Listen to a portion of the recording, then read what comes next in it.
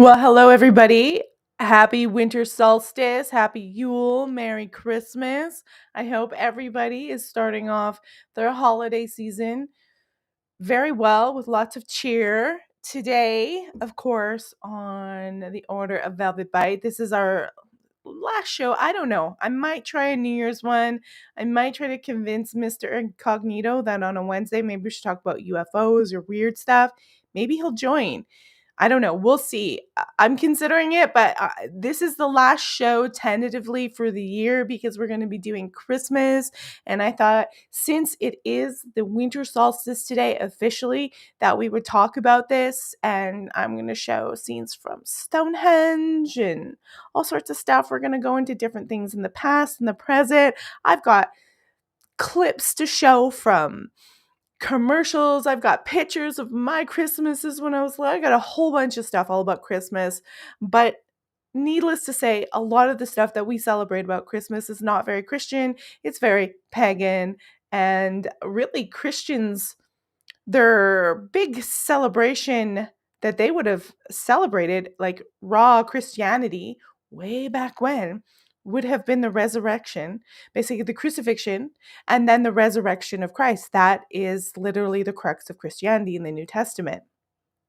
So all of this stuff that we celebrate now with Christmas is very much linked to Saturnalia and then other different celebrations that were happening in the pagan world that was obviously incorporated over time or infiltrated, whatever word you want to use, by the actual church, because as expanded and grew and spread across different regions, obviously it's going to behave in different ways depending where it goes, or depending on the people. Um, so we're going to be getting into that stuff today. But before we do, remember, if you're coming in here and you have not subscribed yet, remember to subscribe, hit the thumbs up button. This helps it grow. And don't forget to comment, participate, that all this stuff, the algorithm's watching, and within the first 10, 20 minutes, the more active we are, the better. It's, you can train your algorithm. The more you watch this, the more you click on stuff like this or my shorts or anything like that, the more I show up in your algorithm. So choose what you want. Don't let the algorithm or everybody else choose it for you. You get to actually train your algorithm. You can do it. That guy that we were talking about on the last show, who was talking about the Roblox. He talks about this, how you can train your algorithm. Instead of training your dragon, you're training your algorithm. So thumbs up. I really appreciate everybody for being here today. It's a great time of the year. I didn't actually even decorate this year because I just finished painting and renovating. I will put everything up next year. So I just feel like I can chill. And I'm toasting you guys off with a glass of wine. And you notice our intro music today was the Nutcracker Suite. I just went last Wednesday and seen the Nutcracker Suite ballet for my first time. I had not seen the ballet. So I went and seen it. It was a smaller production, really well done. And so I thought, it's in the library. I don't have to pay for it. I won't get community, or copyright strikes. So let's start it with a little Tchaikovsky, a little Nutcracker Suite to bring in the season. There is so much to talk about. We're not going to get through it. And I know a lot of my audience members, as you guys stream in, a few of you are probably said you're going to come, but you'll be streaming it. A lot of you know this, so you can lend me a helping hand here. And because a lot of you may even that are in my audience probably are very familiar or are practicing pagans, or very familiar with the history. And most of us in North America, many of us will have English, Irish, Welsh. You might have some Northern European, Germanic, uh, ancestry, and you've done research and you're kind of given an ode to this sort of paganism that is the root of your bloodline or your tradition that was mixed with Christianity. And so we know that originally there really isn't a mention, like Jesus's birth. Some people say July, some people say December, but really December was Saturnalia. That was a Roman celebration. As you know, the Romans took over Christianity because it was popular, and of course they adapted such. They kind of turned him into this Mithra character. Jesus becomes this character born of a virgin, and it's a much longer story than I'm presenting it, but it takes over this December 25th. And of course, the 21st, which we're going to talk about as well, is today, and that is the winter solstice. So we're going to get into starting that. But first, I want to remind you what's out there. We've gone into this before. I want to remind you guys what is out there in terms of Christianity today, especially in America, in these mega churches. This is how they celebrate Christianity. I'm pretty sure the real Jesus would be rolling over in his grave, but don't tell them that, because they won't buy formula for a baby if a woman calls, but they'll have these mega church events. And I'm pretty sure I can play this without getting copyright. Iconic Christmas show at this huge mega church in Texas. They spend so much money on propaganda, manipulation, and these lavish shows. They actually sell people buy tickets for these shows, so they spend a lot of money in production, but they make it back. Let's watch how Christmas is playing out for Christians, evangelical Christians. And I've heard some of the evangelicals denounce how we practice Christians with Christmas tree, et cetera, because they know it's pagan, which is really funny. But this is how it plays out today. Let's just look at today, and then we'll go back in history and we'll talk about several things. And if there's something you have in mind or a tradition that you know of in your past, feel free to mention it in the chat, and we'll try to look it up and go through it. Church in Texas does this massive Christmas show every year. Yes, it is very over the top, kind of Vegas style, with people flying through the air, and it is absolutely incredible. Let me tell you a little bit about it. The show is called The Gift of Christmas, and it's separated into two parts. First is a very traditional Christmas theme, so they do fun renditions of all the holiday classics like Jingle Bells, 12 Days of Christmas, Santa Claus is coming to town, hence the Flying Santa. The second half is the story of the birth of Jesus Christ. They bring out live camels, sheep, zebras, everything. Like these are the angels coming to announce the birth of Jesus. So cool. Now, I know this being in a church can be a little controversial, but all these people are volunteers and the proceeds go toward putting on the show. When I was younger, we went to a Christmas show just like this, and it was the highlight of the holidays for me. I feel like this is such a fun, family-friendly show to enjoy. And for a lot of people, it's a great opportunity and an exciting way to learn about the birth of Jesus Christ. This huge... Okay. So that's Christianity today, basically a Vegas sideshow. Probably most of you, if you're into the solstice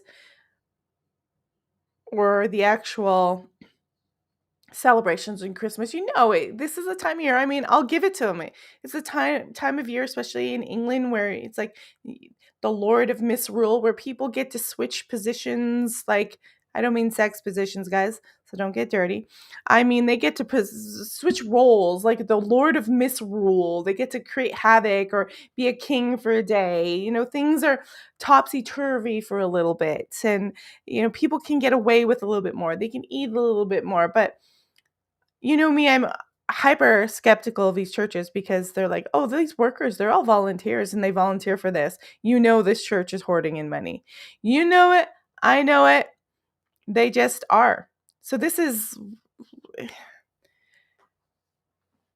I guess, where we're at, because we're so used to mega churches, Costco, mega banks, mega everything, that we can't understand anything about Christmas in this context. Which, the irony of this is not Jesus's birthday, and I don't know if the story of Jesus's birthday could a lot be myth, with the three wise men and the star guiding. It could be a metaphor for astrology.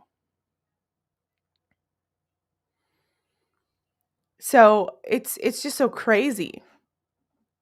Somebody on X's front burner is being disruptive. So Front burner says hello.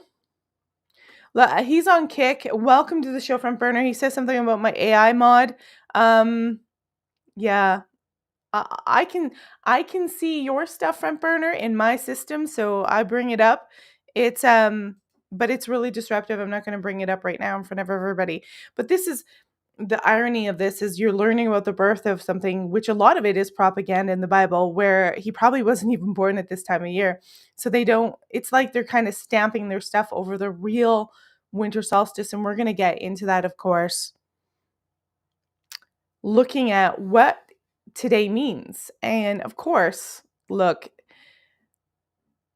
the winter solstice, essentially, if you look at it literally, astronomically, it's the moment when the sun reaches its lowest point in the sky because Earth is tilted farthest away from it.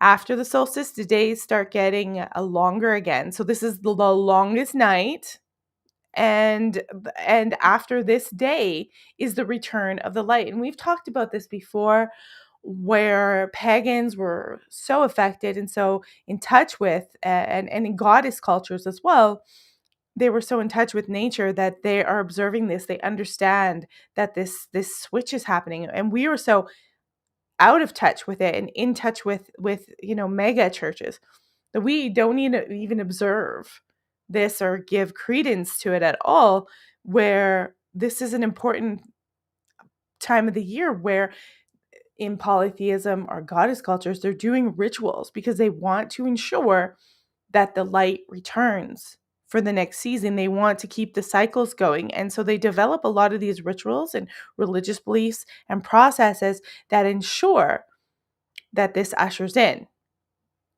this being a hallmark of an evening, a day where they watch the sun rise up, basically hit that mark at the lowest point in the sky, and they can then line it up. They're so in touch with nature, they observe it, they know here's the day. And of course they're probably on an entirely different calendar. The Julian calendar, it's shifting. The dates shift and change with each calendar that have been created. I don't have the specifics on that right now, so we won't get into that, but they can see that point and they know, okay, here we go. We are now in this era. We are now in this stage of the year.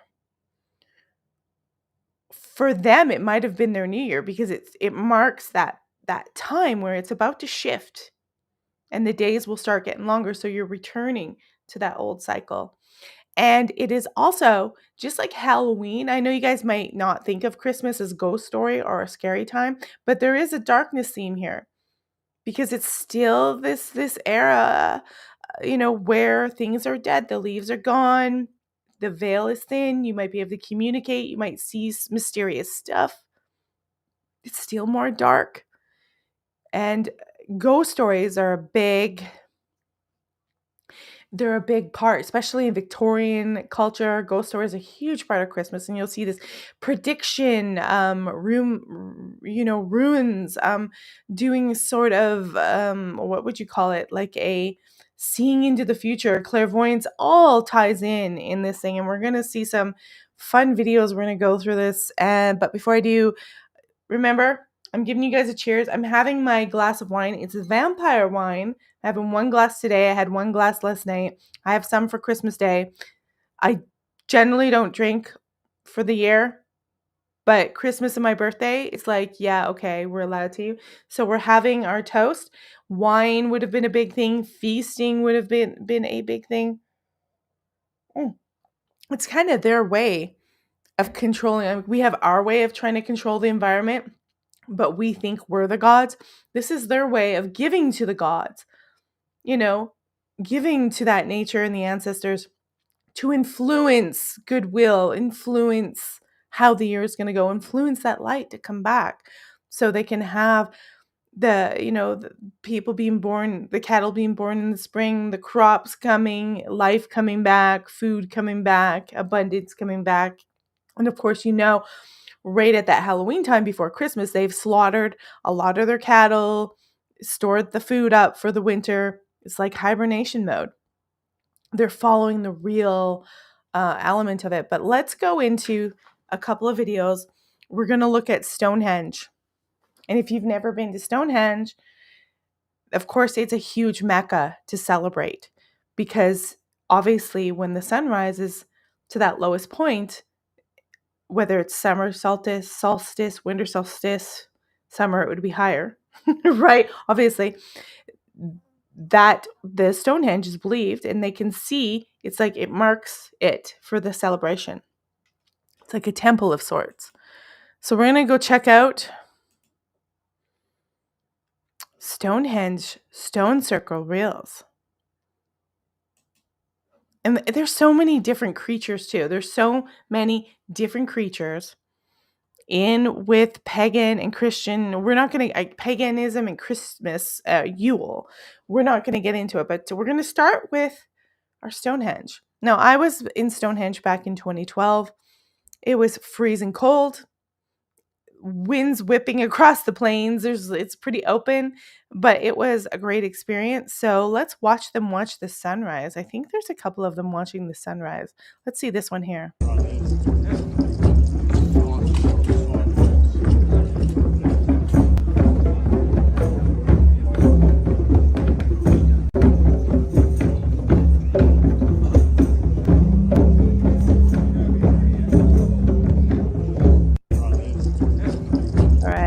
The next one. There's the sun coming up. You can see it's rising. They're bringing in the winter solstice here.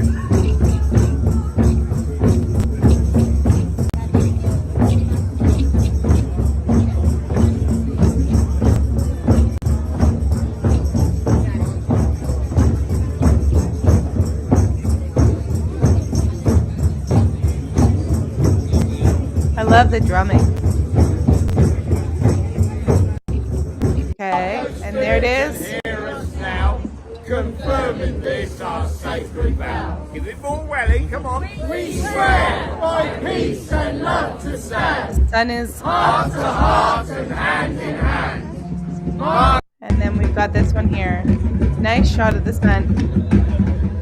Oh, this is the autumn equinox. This has gone right around. We don't want that. Okay, I don't know what's going on here, but they had the winter one here. So that one was the autumn. Here's some pictures of the winter. Here we go. This is the one we want.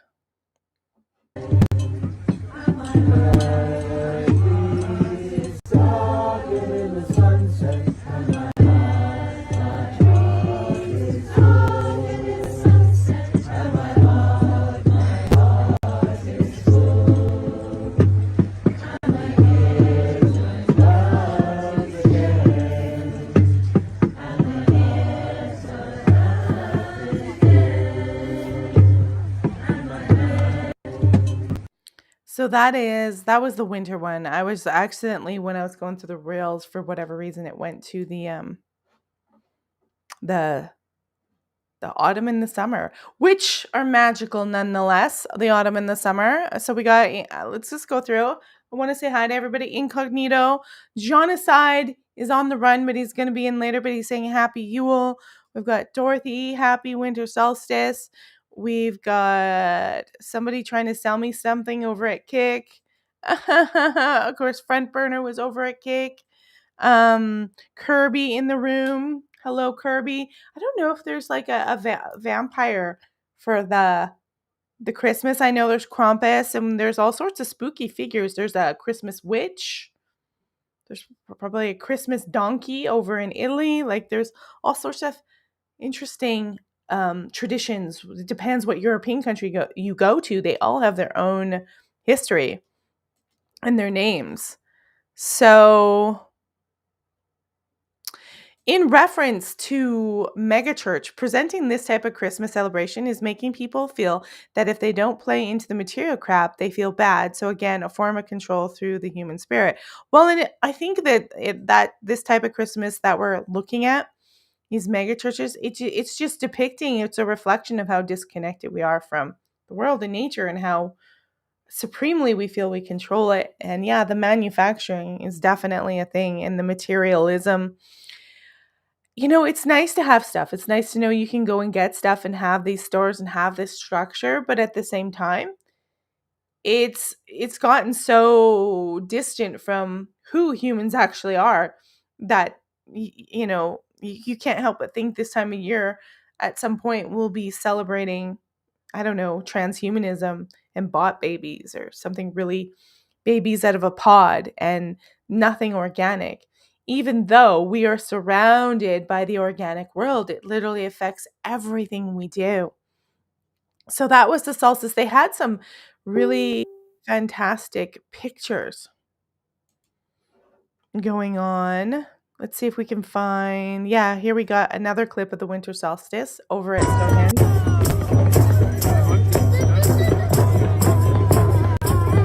Love the drumming. And now the thing is when it comes to like Christmas over there and the celebrations, I think a lot of Americans, especially get the evangelicals, they think they're doing witchcraft and they're evil. It's so disjointed. I hate to hear it because this is their heritage. They are reaching back because they have these amazing thousands and thousands of year old landmarks and temples and structures like Avebury and Stonehenge. They're reaching back to their ancestors and celebrating it in a way that, like, when I compare that solstice, winter solstice celebration to the mega church, like, I don't know, I'd rather be at Stonehenge or some stone circle than to be prancing around in the Santa. And I mean, you can go watch how Santa evolved. Like, he evolved from the Saint Nicholas, a darker character, into this rosy cheeked character. Very much marketing, modern marketing, American marketing. It probably really got into sway with "'Twas the Night Before Christmas" by Clement C. Moore, and there's a lot of capitalism marketing that goes in. So it's the early form. You can see the Christmas we have now kind of merging out of there, where it becomes about business and marketing rather than about a spiritual thing or an organic process that we're going through, and you can see that happening.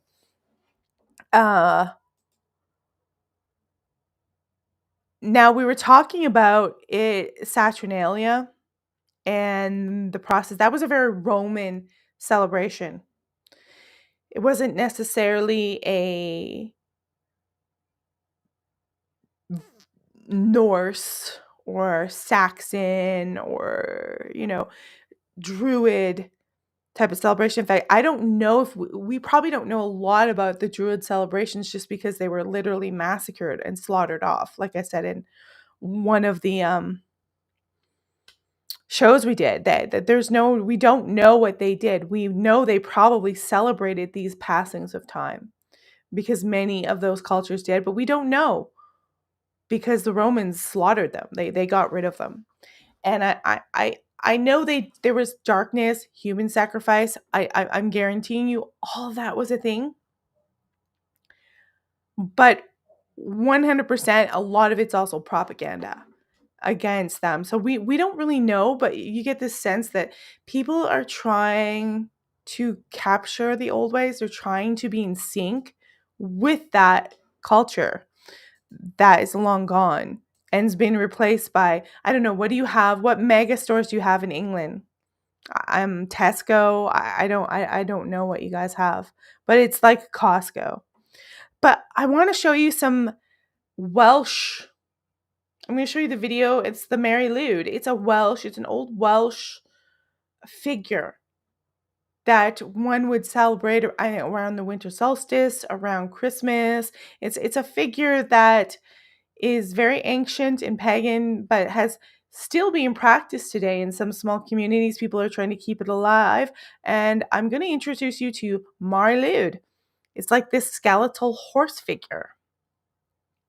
It's Welsh tradition. Let's go into the Mary Lwyd. She's calling it the zombie horse. It's not a zombie horse, but anyways, check this out. You may not have heard it. It's someone will be dressed up in this costume and they will knock and go to your door and you have to sing a song. You have to do this sing song thing with them. And I think it's like a competition so that you don't die or something like that. I know. Let's hear the song of the Mari Lwyd by this So fellow another here. weird and wonderful singing tradition that we have here in Wales is that of the Mari Lwyd. Now, this was a tradition in Wales where around New Year's time, farmers would go from house to house with a horse's skull on a stick and sing to gain entry into a house for beer and food and general merriment. But it wasn't going to be that easy to get in because the person on the inside of the house would sing insulting rhymes back at them, basically, and not allow them to gain entry. And the Mari Lwyd party had to make their case, essentially, to gain entry through song. And eventually, when the person inside the house ran out of reasons not to let them in, they'd be invited in for food and beer and cause chaos in the house. Okay, so we're going to have a look here because they're going to actually show, I'm going to show you a Mari Lwyd type of figure so you can see what it looks like.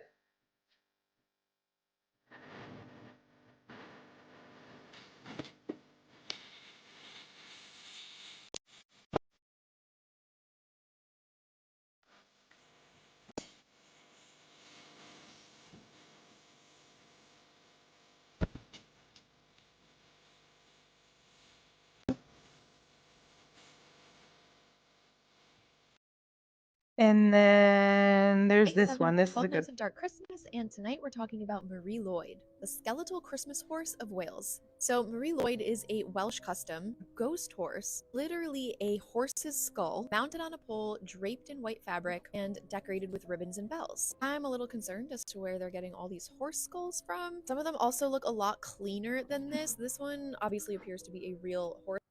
Okay, she's wondering where they got the horse skulls from. Probably horses die. They would have had lots of horses in those days, and if a horse died, they would probably keep its skull. That's just such a Valley Girl thing to ask. I just thought it would have been obvious. Skull, but I have seen other ones that are super white, almost like they've been bleached, which maybe they have, but I'm wondering if some of them are fake or just replicated horse skulls. This one obviously appears to be real. So what is Mari Lwyd? In older traditions, Mari Lwyd It's Mari Lwyd. Anyways, let's hear this one. Talk I think about she's a better. delightful Christmas and New Year's Eve tradition in South Wales that features a horse's skull mounted on a pole. To put it simply, Mari Lwyd is a horse that wants to get into your house and eat and drink everything that you have. Okay, we gotta stop listening to the Americans talk about it. It's just too funny. People are correcting them on how to say it, and they're like, OMG, that like zombie horse is like trying to steal your like fucking punch, man. Like, what's going on with the Mari Lwyd? I have to stop. I have to stop. Everybody in England is like, in Wales is like cringing. They're like, what are you talking about? But that's a tradition. It's like kind of like wassailing, and that kind of gets into a lot of traditions, wassailing, caroling, all that stuff, where essentially we're giving greetings and tidings. And no, do you see people do caroling today? I think the Mormon Church does it still. I don't see people doing caroling very much anymore. Not at all. But there's a community point of it.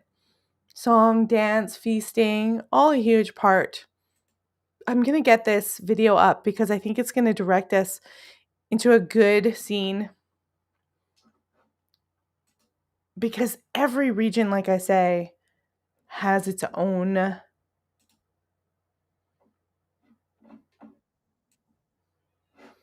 God, there's so much commercials. I'd pay for YouTube, but I'm just not that Oh, we got eating like a slab for Christmas. We got food history, food traditions. I'm not even going to be able to get into this all.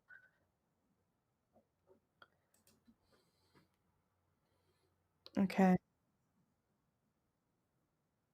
Sorry, I'm just switching over. I had to look for it, and I've got to switch my screen.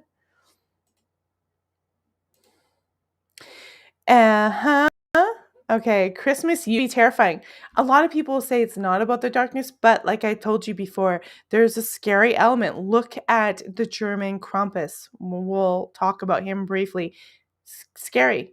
Beating children, shoving them in his knapsack and taking them away. The idea that someone's watching you and you have to behave so you won't get presents. There's some scary stuff. There's some child trauma. You know it. I know it. Okay, so let's go through the chapters here. The roots of winter before Christmas. So this is it before Christmas. So let's have a look at that.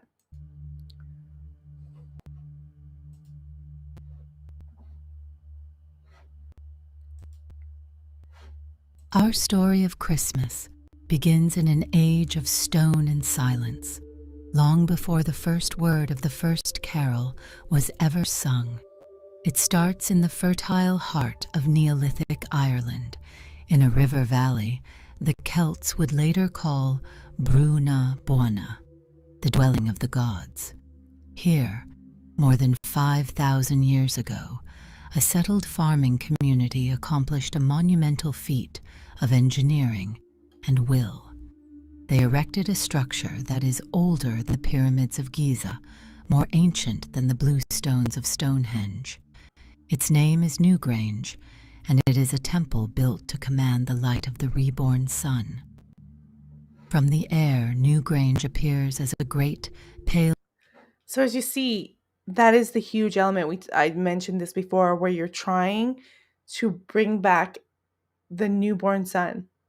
That's why when you hear a lot of this, even in Christianity, the Son of God, they're talking about bringing back the actual Son. There is a lot in Christianity and in the Bible that is actually referencing astrology.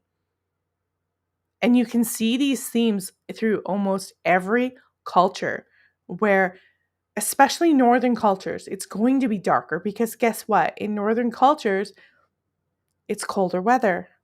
And I'm not saying the southern cultures don't have winter, but I think it's a little bit more extreme. You go to northern Canada and you're getting a very cold winter, and the same would have been true. It probably would have been colder in England back in those days, is my guess. Drum in the green earth, a circular mound almost 300 feet across. Its purpose was forgotten for millennia. Local folklore knew it only as a she, a fairy mound, the hollow hill where supernatural... So it's funny, they're calling them fairy mounds, and it's actually a temple meant to celebrate solstice and bringing in different elements. So a lot of things that, a lot of things we make stories up about probably had some deep religious rooted element in the passings of the seasons, the sky, how it was up to the people to appeal to whatever sources, the ancestors, the gods, to help them bring back the light. And this is the most simplest terms that I could put it in. We're going to go from that. So we've talked about the Irish themes. Now we're going to talk about Saturnalia really quickly, and then I'm going to show you guys another video kind of talking about Santa and Saturnalia, and this idea. So we've talked about the roots in England. Now we're going to hop over to Rome and talk about Saturnalia. I turned being underestimated into billions. Uh-oh. Billions. Oh my God. From the silent earthen mounds of Neolithic Ireland, our story moves south and forward in time into the heart of the world's greatest empire. We arrive in Rome, a city built on order, law, and a rigid social hierarchy. For the Romans, the end of the harvest and the approach of the winter solstice signaled a time to honor one of their oldest and most revered deities, the god Saturn. The festival dedicated to him was Saturnalia, and it was a period of state-sanctioned chaos that temporarily dissolved the very foundations of Roman life. The festival's time... Okay, you will hear on this show where we talk about Saturn worship. Saturn worship comes from Rome, Saturnalia. So we could be doing some kind of weird Saturn worship here too. And a lot of these families that we don't know the name of that rule the world, they hail from Rome. You can bet they do. And they still practice Saturn worship. And a lot of Christians find that really freaky or scary. But I just say, okay, well, that's how it was in those times. I don't know what it means. You could be afraid of it or you could understand it more. But this is Saturn worship right here that we're talking about that happened at this time. Timing was directly linked to the agricultural calendar, beginning on the 17th of December. Originally a single day of rites, its immense popularity caused it to swell over the centuries, eventually lasting for a full week, culminating just before the winter solstice. The Roman poet Catullus called it the best of days, and for many citizens it was the most. Now remember, they're not dealing with the harshest winters like you would be in the northern climates. That's why when we're celebrating Christmas today, we see a lot of things like holly and evergreen and things like that because they are obviously what was left in the winter that showed that, they could endure the cold, they could endure the climate, and they still showed greenery. So they were very important, interpreting as being important symbols of life. Bonfires, all that stuff. Again, same with Halloween as it was Christmas. It's to bring the light back. Bringing the light back is super important. That's why I always find it interesting that everybody wants to block the sun out. It's so bizarre. I get their global warming idea, but if they really didn't want global warming, they could just stop all their wars. That would reduce tons of pollution, tons of it, but they won't do that. Okay, so we got the Saturnalia. And let's go to Germany. We're going to do a few minutes on Germany. And actually, no, we'll go to Germany in a second. I'm going to overlay here. I want to show you a little bit that talks about Santa and Saturnalia. Just a couple-minute video. Check it out. And we, your protectorate, are happy to accept any gifts you want to give us. Long after the Romans, Saturnalia persisted as part of the midwinter celebrations in Europe. We know that in the great castles of the nobles of the Middle Ages that you had lords of misrule and jesters jolly-hoiting about the place and overeating and overdrinking, and whether that was a celebration in honor of the Christ child or was it a kind of folk memory of the Saturnalia is a moot point. People behaved so badly that when the Puritans came to power, they actually banned Christmas. There's nothing in the Bible about celebrating the Nativity. There's not even a clue about at what time of year it took place. The decision to assign Christ's birthday to the 25th of December, the winter solstice on the Julian calendar, was inevitably going to be a compromise.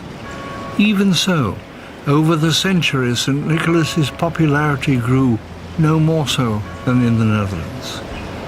Every year, on a Sunday morning in mid-November, the quiet streets of Amsterdam are invaded by hundreds and thousands of people.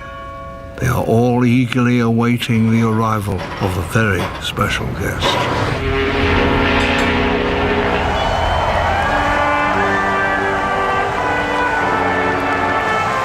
St. Nicholas and his servants, we call them Black Peters, arriving from Spain in a steamer in the harbor of a big city. In the 17th century, they started to call him Sinterklaas. In English, Saint Sir Klaas. And when you have pronounced... And we, your protectorate, are happy to accept it. I don't know why that came back on, but that's just it just talks about what is Saturnalia. Is it Saturn worship? Is it Christ child? And as the empire of Rome expanded, they would have merged with all these cultures. So you're seeing a metamorphosis, a merging of cultures and different traditions, but yet these ancient traditions are still holding fast.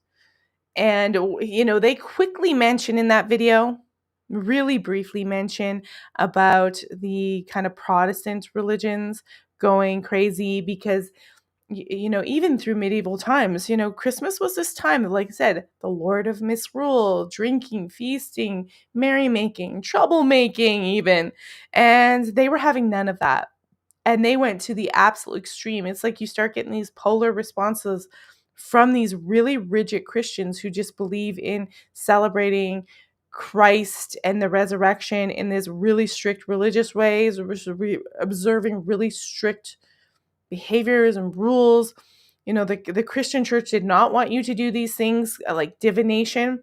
Anything would have been seen as an affront to the power of the Catholic Church or the Christian Church, Catholic Church, Orthodox. It would have been seen as an affront to that. So a lot of that stuff is being banned and slowly outlawed, and then they're picking up the pace. They get aggressive. You see this in any politics. They'll imply something, they'll do a soft kind of propaganda, and as things get rolling and they want more power, we see this happening right now, they get more harsh, even to the point that they will start to get rid of people and execute people and do terrible things to certain communities. And we have the same thing here with this merger, and you can see them talking about Rome. They had different pagan celebrations. In Ireland, they had much older pagan celebrations. I'm sure we can find something totally different in Mesopotamia that doesn't even relate to any of our calendars because of the weather. A lot of this is about the weather and the seasons change. So if your seasons are different in different times of the year, obviously, and you're observing nature, you're going to come up with something different to celebrate, or it's going to affect what you celebrate and how you think of yourself and your world and your environment. And so for the northern cultures, this idea of darkness, it's really dark. Like it's really dark for longer, and then in the summer it's lighter for longer. You have a much more extreme experience of the seasons. Just saying. And we talked of Mari Lwyd. Very much one of those kind of mischief-making things that they would have celebrated in most specifically Wales, but I think some places in little villages in England might correct me if I'm wrong. If you're from England, they might celebrate that now as well, or they might have their own version of that, of door-to-door singing. It's kind of like trick-or-treating in a way from Halloween, but you're singing a song and you don't want candy. You want the good stuff. You want a drink of ale. You know, you maybe want some of their cheese or their bread. They're good. So we want to leave. We're going to leave. We're going to go into the Germanic solstice and the rebirth of the sun because they have seen it different. And then one of my favorite figures is the Holly King. We're going to go into Holly King, the Wild Hunt, Saint Nicholas. He went from a Turkish bishop to money marketing mogul iconic figure. But let's start with Germany. My husband's half German, so it's a good place to start. That's where we get. You've been told that what you're feeling is just aging, that it's normal, that if you're still having a period, your hormones must be fine. We journey now from the structured cities of the Roman Empire to the north, entering the vast dark forests and storm-lashed coastlines of ancient Germania. Here, among the Germanic and later Norse peoples, the winter solstice was met with a different kind of ceremony, one born from a world of deep snows, biting winds, and a profound, oppressive darkness. Their survival was a constant, desperate struggle. And you see how the weather patterns and the location geographically is going to affect the culture. So in England, compared to Germany, you're having very different winters. If you're down in South America, you're having a completely different experience. Maybe you're not as concerned with the same rituals. So that's the important thing to remember, is why I want to hop to different cultures to show you how they perceived the winter solstice. And the rites of this season reflected the grim realities of that life. They called this period Yule or Yule. The name Yule is ancient, its exact origins debated, but it is linguistically connected to words that signify the turning of a great wheel. This points to the festival's fundamental purpose, to mark and celebrate the great turning point of the solar year. The sun, often personified as a wheel of fire, had reached its lowest point on the horizon. So you see, it's very interesting to hear these different metaphors that describe the passing of the year. They have the wheel of fire that represents the sun at its lowest point. And then it's going to start the cycle over again. So, very, very fascinating ways of nature being interpreted so people can understand it in a physical concept. Yule rites were the magical and religious effort the community exerted to ensure this wheel would begin its slow climb once more, bringing light and life back to the frozen world. Our understanding of pre-Christian Yule is pieced together from fragments. Roman historians like Tacitus provided fleeting outside glimpses. Centuries later, Christian monks in Iceland and Germany, like Snorri Sturluson, wrote down the great sagas and poems, preserving the mythology of their ancestors even as their faith sought to supplant it. These sources, like the Poetic Edda and the Heims. This is so calming. I actually feel like having a nap. This just gives you an idea that they had the sagas and different stories that Matthew would probably know more about this than I would, because he's written like a lot about I think, is it called the Vinlada? I'm gonna butcher it. He wrote a lot about Norse sagas and history and runes, so he knows a lot about that. Matthew Lee Ambleton, author, MLE author. His TikTok, he does a lot of stuff about tarot and Egyptian culture right now, but he's done a lot on Norse, so you might want to go check out his TikTok or his many books that talk about that. But that is Germanic, where things are darker. They have this wheel of fire, and they're doing probably celebrations to keep this wheel going. So it returns to this part of the year where it's easier to get by. It's easier to thrive. Now we're going to go from that into the Holly King and the Oak King, and look at also the Wild Hunt. The Wild Hunt features massively in English history in that type of the world. You hear that in folkloric, in a lot of European folklore. But first, let's talk about the Holly King and how he features in sort of a pagan Christian. He also features in modern Christian. Go watch any Christmas Carol. You'll see the ghost of Christmas Present is very much a Holly King type of figure. I was just watching George C. Scott's Christmas Carol the other day, and they have the same actor who was in The Wicker Man as the unfortunate police officer who gets sacrificed at the end. He plays the Holly King kind of ghost of Christmas Present. Really amazing acting job. I had no idea it was the same actor who literally gets offered up as a pagan sacrifice in a Christopher Lee movie. Really good, like amazing acting. Paul from Newcastle, welcome, says, I was just thinking conspiracy Christmas crackers. Everybody gets a tinfoil hat. Whoo! Just don't heat up the tinfoil and you'll be okay, because it's aluminum. It's not really tinfoil, is it? It's aluminum. Is not so good. So let's go look at the Holly King and the Oak King, and then I've got tons of other videos to share. We're going to get through this together, I guess. The Holly King is one of my favorite icons. The holly and the ivy, the evergreen. It's, to me, like the great Christmas icons. The human need to personify the great forces of nature. I don't know. That Holly King's looking a little evil. I don't know why they have them looking so evil, because I always see them as joyous, like a father figure, and they're looking a little demonic. This AI stuff's a little weird. I'm not digging down with it. Is a constant theme in mythology. The struggle between winter and summer, darkness and light, is one of the most fundamental conflicts in the human experience. A powerful modern myth that captures this eternal battle is the story of two brother kings locked in a perpetual cycle of combat and succession, the Oak King and the Holly King. This tale provides a compelling narrative for the turning of the year's great wheel.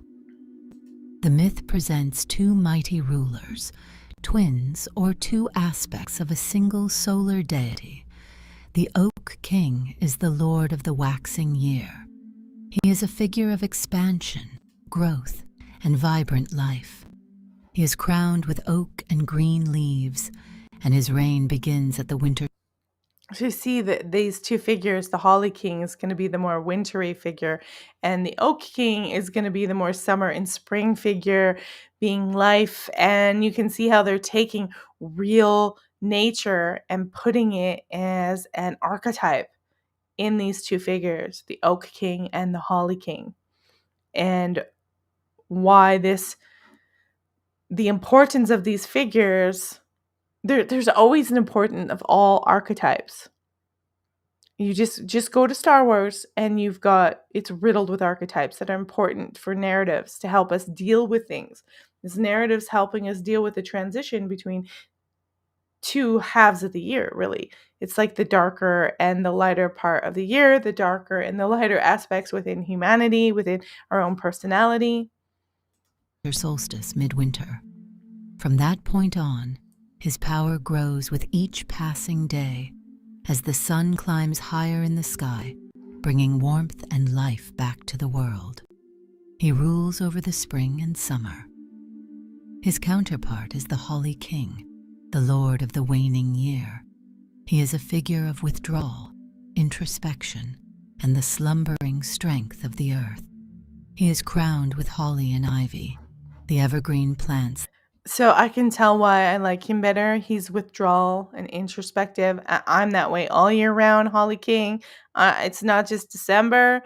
I'm like that. Unless you got a good swimming hole in the summer to go to, I'll be out there swimming. But I totally relate with the Holly King. Introspection, withdrawal, hibernation.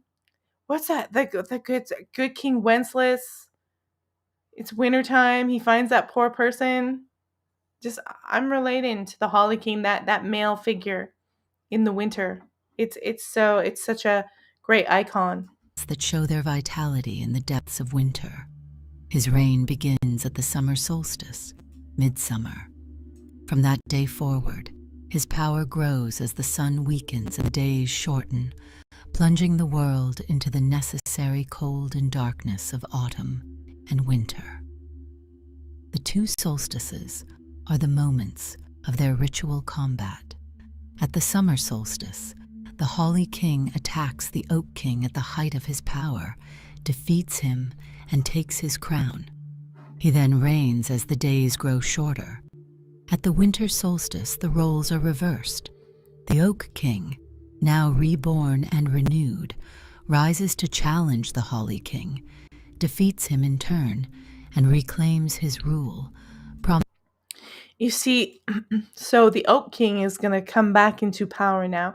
And you see this orality? This is orality. This is why they told things in tales. They didn't write it down. They had this oral tradition. And so we're seeing now that this Oak King, as of today, because this is going to be the longest night of the year, and after today, the days will get longer. So he is taking back power. So there's this constant symbiotic kind of they're calling it a battle. You could probably see it as a more harmonious interaction, but they're saying it's sort of a battle, between two halves of the year, basically.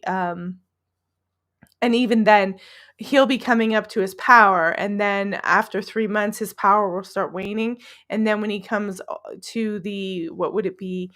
The spring to summer, he'll be in full power. And then the summer equinox, he'll lose power. And then this little Holly guy will take over. That's essentially it. So I find that duality, that symbiotic relationship, that kind of conflict, that sort of back and forth between these two figures, very fascinating and a very interesting way of taking something that's real in nature and imbuing it in sort of these nature-like, godlike figures. So we're gonna move on. Now, apparently, John says the Wild Hunt happens around the 18th of December, so we're a little late, but it still plays into this. So we're gonna talk about what the Wild Hunt is. A lot of you may not believe it. It's kind of like this ghostly phenomena that happens like in the sky, literally. I'm being a little valley girl about it right now, so I should be quiet. But let's go through the wild hunt. Odin, the god who rode the winter sky. This is very Germanic. This is very Norse. We're kind of leaving UK, I guess. But let's see what they have to say.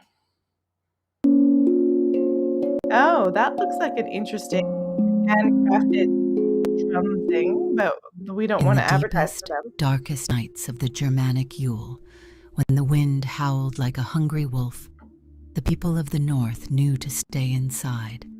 They would bar their doors and feed their fires, listening for a sound that chilled the blood more than any winter frost. It was a sound that began as a distant rumbling, growing into the thunder of 1,000 hoofbeats, the baying of unearthly hounds, and the cry of a celestial hunting horn. This was the sound of the Wildejagd. It was the wild hunt. This terrifying procession was a core belief in the folklore of Northern Europe for centuries. It was a spectral army, a phantasmal cavalcade that galloped across the winter sky during the liminal period of Yule.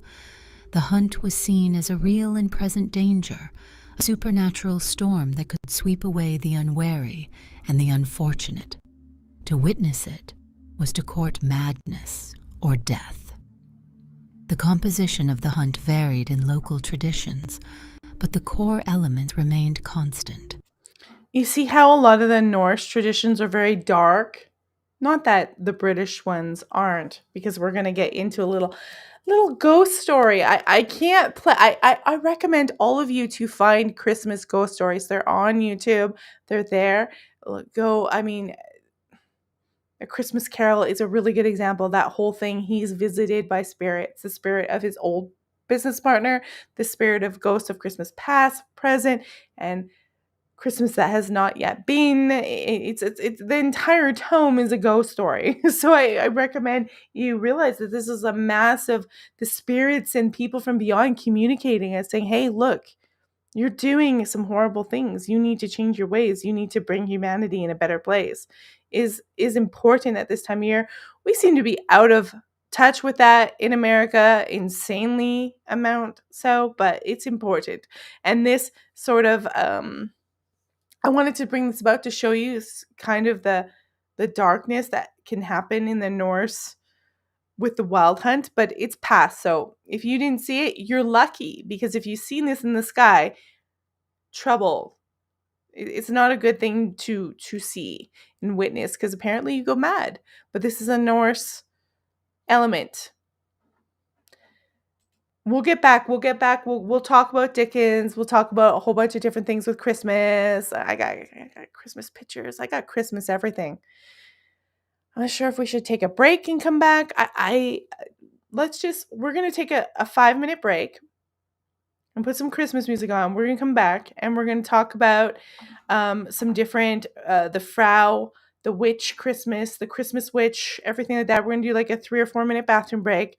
Then we'll come back and we'll do the second hour in a moment. I'm going to turn my camera off, put my Christmas music on and Christmas greetings. You got 3 or 4 minutes. You can sit down and relax, but I will be right back. I promise.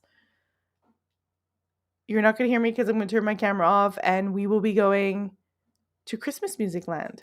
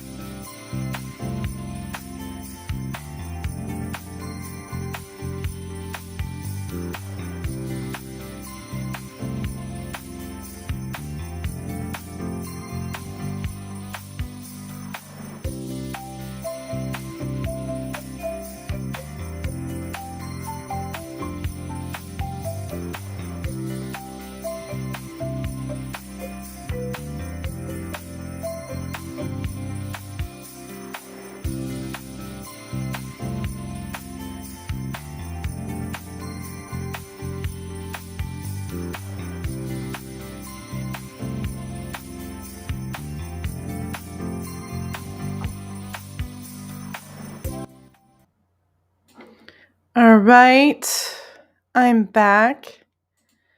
I went and gave all my puppies a hugging kiss, greeted them. My husband's out in the living room saying, I'm finding out so much about Yule, so I hope you guys are finding out a whole bunch about Yule. A lot of this stuff is stuff that I knew in general, but it's hard to remember all of it. It's so vast, so that's why it's good to do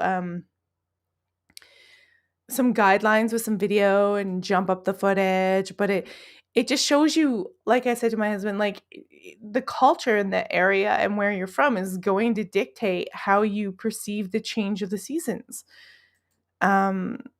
We've got Genocide. This is a fascinating one. He says the song Ghost Riders in the Sky is a version of the lore of the Wild West. That's interesting.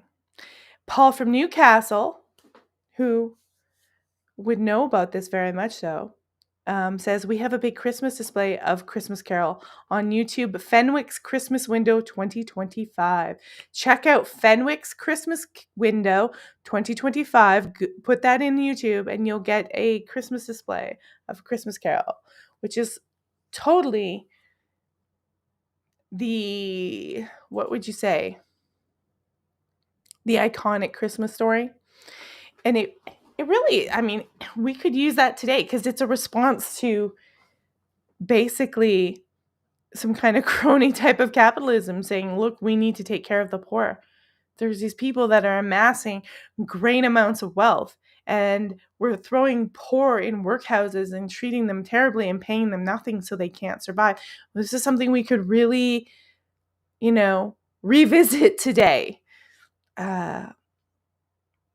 I don't want to get into a political rant, but it is something that we commercialize all this and may even make money off Christmas Carol and movies today, but nobody really,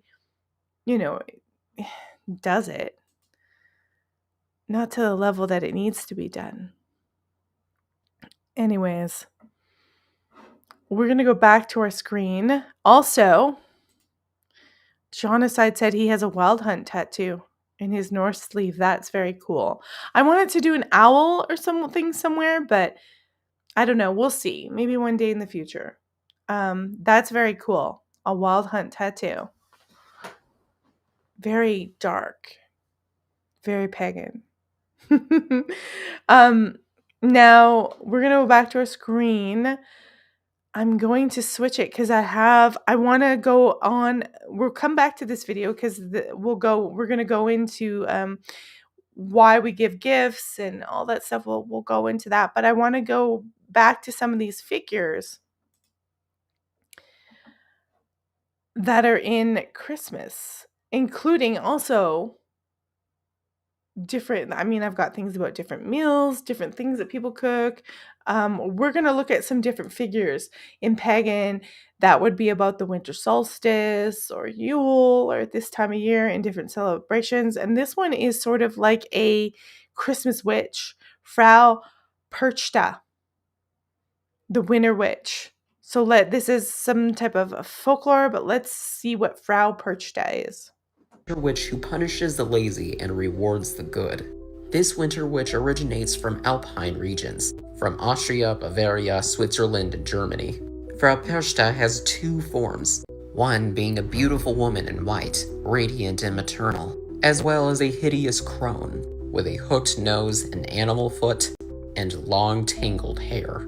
In pre-Christian Germanic and Alpine folklore, she was once likely a goddess, a pagan goddess. She was tied to winter, fate, household order, and women's labor. When Christianity spread, she was demonized into a terrifying figure, roaming the 12 nights of Christmas, entering homes unseen, inspecting behavior, especially when people get their spinning work done, and whether children and adults behave properly. A methodical and moralistic figure, she rewards diligence, cleanliness, and respect for tradition, while punishing laziness, disobedience, gluttony, and disrespect to women's labor. A powerful winter witch/goddess, she is quite capable of shapeshifting and... I don't know. Are we really greedy when we're doing feasts right now? I like that she punishes people who downs female labor. I like that shtick. I think that's good. I like her. And even at this time of the year, the neighbor bring us some cookies yesterday, and we had some. And I'm not supposed to have wheat and stuff, so I feel kind of crappy. But yeah, I try to make everything like as healthy as possible. We indulge a bit, but I hear you, Frau. I hear you. I'll be on my best behavior. I promise. Promise. Let's finish this video. Turning herself invisible, winter manipulation, supernatural strength, able to control fate and fortune and cast curses on people, as well as having command over spirits and seasonal forces. Her most brutal punishments involve slitting open the bellies of the lazy, stuffing them with straw, pebbles, and garbage, and sewing them back up. Okay, you can see why German fairy tales were so dark. They were so dark. This is German, Alpine, Switzerland, like in the northern countries or kingdoms in those days. You can see that they're very dark. What is it? Grimm's fairy tale. A lot of the German fairy tales were like, there's a figure that comes and cuts your thumb off or something. It's crazy. It's yeah. You can kind of see why this is, but at the root, environment affects that appeal. Environment, and it does. Befana in Italian is very similar. So they've got a female figure that German Krampus. I'll look up a video on Krampus. Krampus is scary. That's my mom. My mom thought she took my son to a Krampus Christmas movie when he was younger, and I don't think she realized it was scary, and he came back. He told me he was so scared of it. I was like, oh no, Grandma, Nana shouldn't have taken you to see Krampus. I knew how scary Krampus was. This is like Krampus horror movie. And it wasn't like, Santa Claus goes to town. all the jolly stuff we have today that's a little more kid friendly. It was a little dark, and I think it might have mildly traumatized my son for a little bit, which he lived, he was okay, but he was just like, "Oh, mom, it really scared me." So my son, as a kid, was really scared of Krampus, and I didn't put it on because I'm one of those like, okay, we got to listen to the kid. Yeah, my mom says she felt horrible. I don't think she realized. I think she thought it was a Christmas movie. And so my poor son, he's like so young, he was traumatized by Krampus. It's effective, but I'm not so sure. It would yeah, I'm not surprised that he didn't like that because he doesn't like scary stuff. He's not like me. Like I could like watch Nightmare on Elm Street when I was 7 years old and I'd be like, "Yeah, Freddy." It wouldn't have even bothered me. But my son's very different. You just have to know that. So, let's finish off. Brutal. And yes, she thinks it's deserved.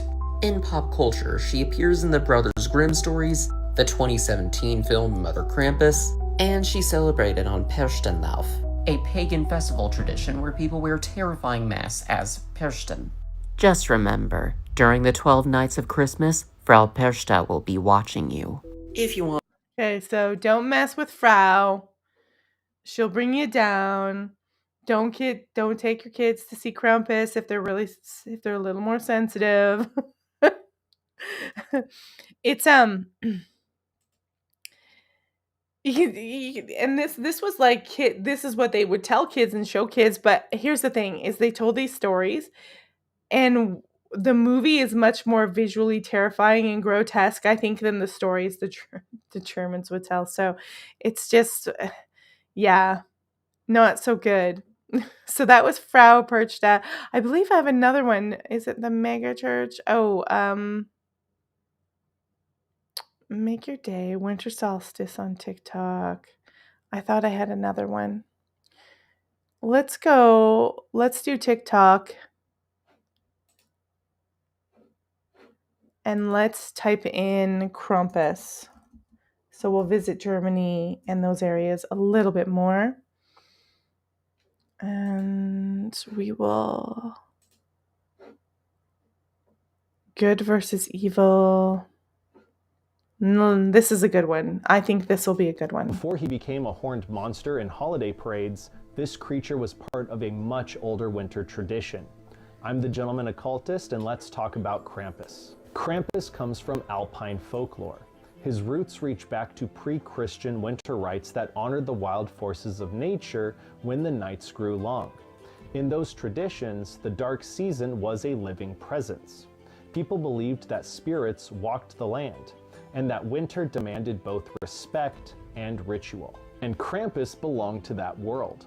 He appeared as a horned figure with a long tongue and cloven feet. He carried chains, but they were not originally symbols of punishment. They marked him as a spirit that crossed boundaries. He was part protector and part enforcer. His presence reminded the village that winter had power. As time passed, he became linked with Perchten, the winter spirit who roamed the mountains. These figures brought blessings or warnings depending on how the community behaved. The loud bells worn by Krampus and similar spirits were used to clear out harmful forces and wake the land during the dark months. During the Christian era, Krampus didn't disappear, he adapted.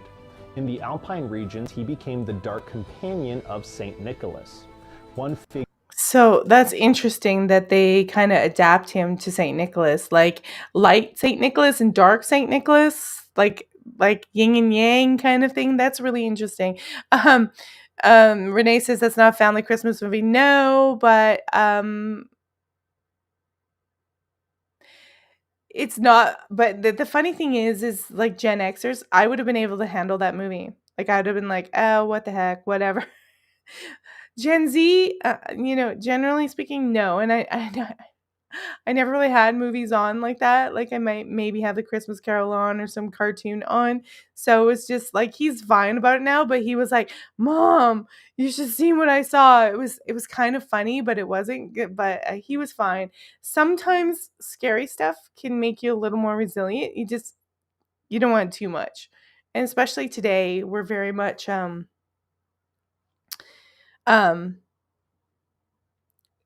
that kind of stuff would have been normal back then. To tell kids about it's a way to tell the kids about the raw reality of life, or to I don't know, you could look at it as propaganda, like it terrifies kids into behaving. Because it's hard to explain to kids why you should do things because they don't understand the bigger picture. So I think they put it in these stories like this to have an immediate effect on them so they don't go venturing out in the woods, they don't go with strangers. There's all these different stories, but um yeah, he was okay. And it was just it was just an unfortunate, like, misinterpretation of what the movie was, and I don't think she knew, that it was this dark German folklore. Most people back then, this was a long time ago, like, didn't know. A lot of people wouldn't know this. I think it's actually more known today as people get exposed to these type of folklores. In her defense, I wouldn't think she knew. Year rewarded good children, the other made sure the community stayed honest. This pairing preserved the older balance found in pagan winter customs where light and shadow moved together. Krampus was not created to frighten children for entertainment. He represented the wild edge of winter. He confronted laziness, selfishness, and disorder. He protected the No offense, but I think we need a little bit of that today. I was just looking at our political system. I don't want to get too political, but you know, in China, and I'm not being pro-communist, but if they have a politician that they find taking bribes of millions and millions of dollars, they are literally executed. Like, they get execution. They get, like, that's treason. And I'm thinking we need a little bit of that. Because if people knew that the consequence of their actions were really severe, I think it would have a lot less corruption in politics. Just saying. Just saying, America. I think we need a Krampus to come and kick politicians' ass. Just saying, we need a political Krampus. Community by carrying away what didn't belong in the new year. His switch or bundle of birch sticks echoed older cleansing rites that swept away misfortune. Modern Krampus celebrations still carry traces of these themes. The costumes, the bells. We're going to lighten it up. We're going to Disneyfy it, right? We're going to Disneyfy it. And I think that's the thing with our culture is everything has to be nice. Everybody thinks it has to be like, how am I going to get this out? That we have to, yeah, you never heard of it. Jonathan never heard of it till the 90s. Look, 2015, not a lot of people knew about it. It was just starting to show up on the internet. And if you're not German, well, what do you know? Most people don't know about this stuff. And then I've had that where we went in a movie and parents didn't know what it was. And then we figured out what it was. And they were like, oh, shoot, we need to take our kids out of here. Like, whoa. I don't know. I figure as long as you sit down with your kids and then after say, okay, I didn't know what that was, and talk to them about it. If my son saw something scary and he was scared, I would just stay up with him and we would talk about it and how it was fiction and how it wasn't real. It wasn't really coming for him. People make mistakes. It doesn't, beyond that, it doesn't mean anything. But that's Krampus to a T. Sort of meant to keep people in line, not just children. Keep everyone in line.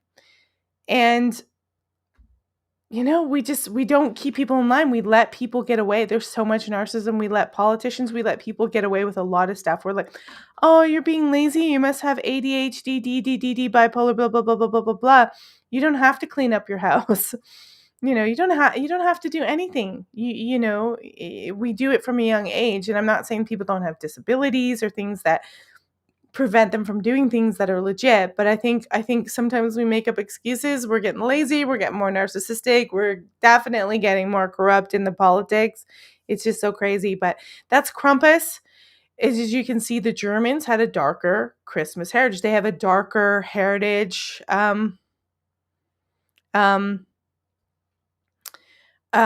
in general. And I think you can see that related to the weather. Harsher winters, harsher experiences in the winter.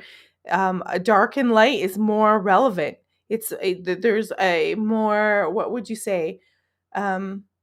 black and white divide. And it's literally with the seasons, you're going to experience the seasons in a different way. You go to Canada and you got what, 2 months of summer? Not a lot of time. And then it starts getting cold again. I know, maybe that will change. Renee says, shit, I rented Cat in the Hat for my kids at 6. I never watched that. Yeah, and Dorothy says darker fairy tales. Totally. Grimm's fairy tales. Like look at Hansel and Gretel.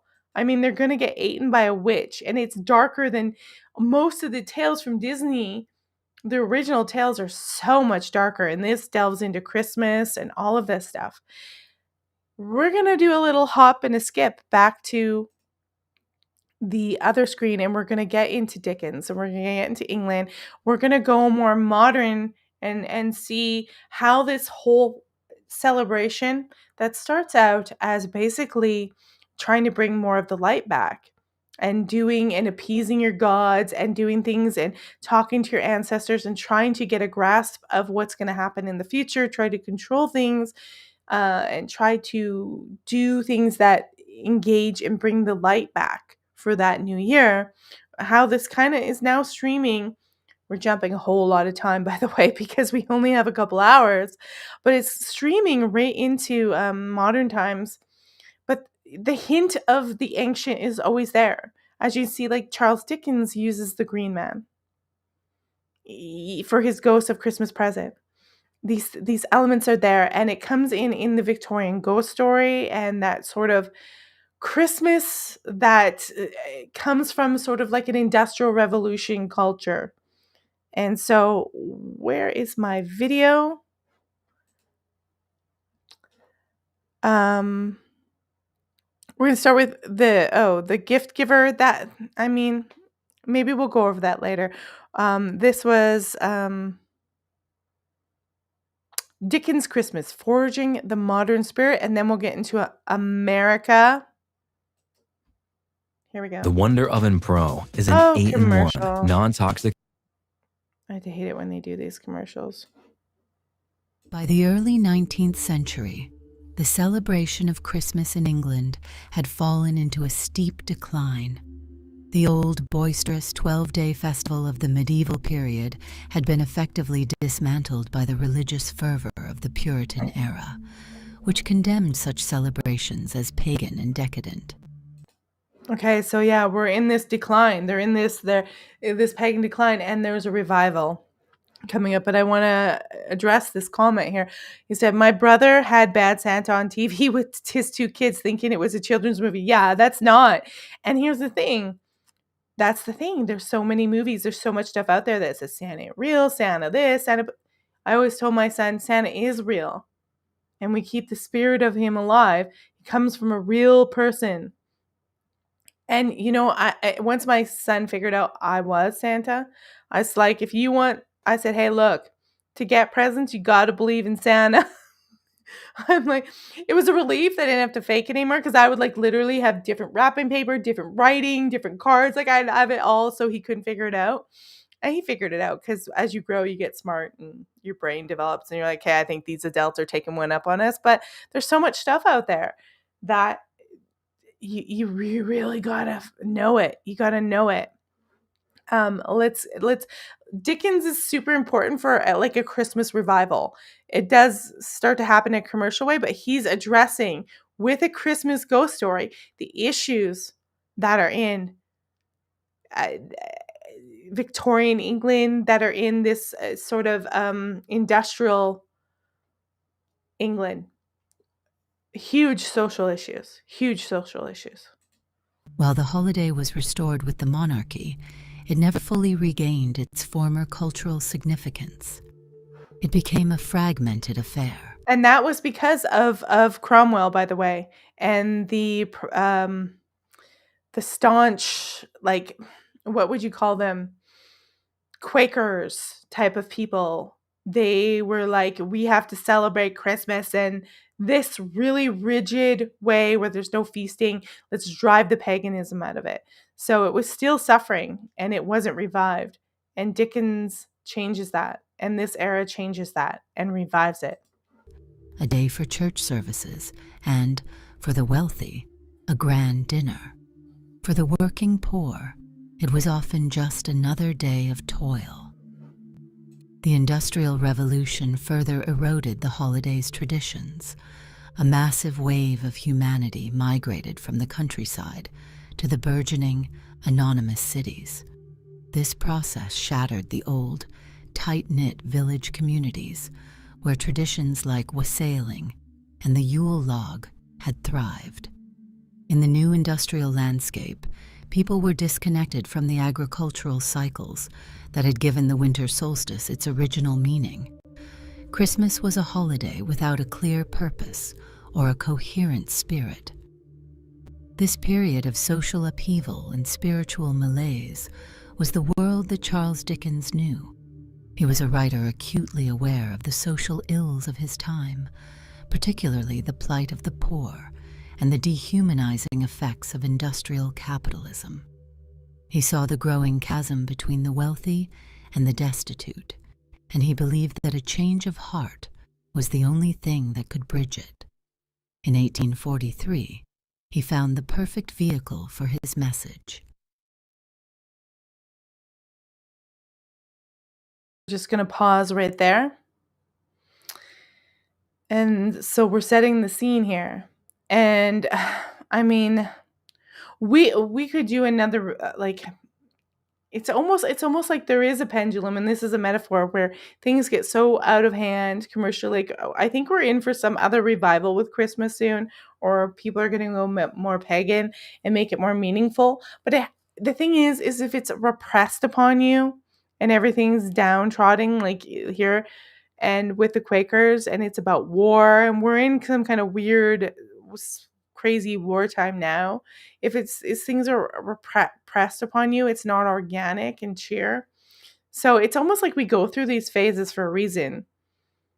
Like you have to experience one to have the other. It's very bizarre, but that's my take on it. You can disagree with me, but we're going to get into this revival and what Charles Dickens comes up with to target this issue that's happening within England with Christmas. Literally, no one's really celebrating it. The rich might have some fancy feasts, but it's not like it was in pagan times or even medieval times.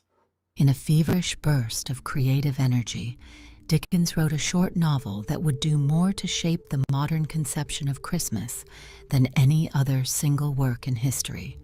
He completed A Christmas Carol in just 6 weeks. The book was an immediate and explosive success. It tapped into a deep-seated public yearning for a more meaningful, compassionate, and family-oriented way to mark the season. Dickens provided the world with a new scripture for the holiday. The story's power lies in its structure, as a tale of personal redemption. Ebenezer's It's really interesting that he does it as a tale of redemption, because Christianity really at its crux is about recognizing that we're all kind of messed up people who need to redeem and are asking for forgiveness. So it has that really strong element of Christianity in it, although it does bring pagan elements too.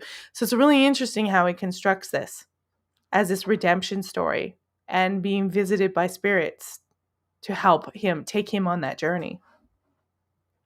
Scrooge is the perfect embodiment of the ills Dickens saw in his society.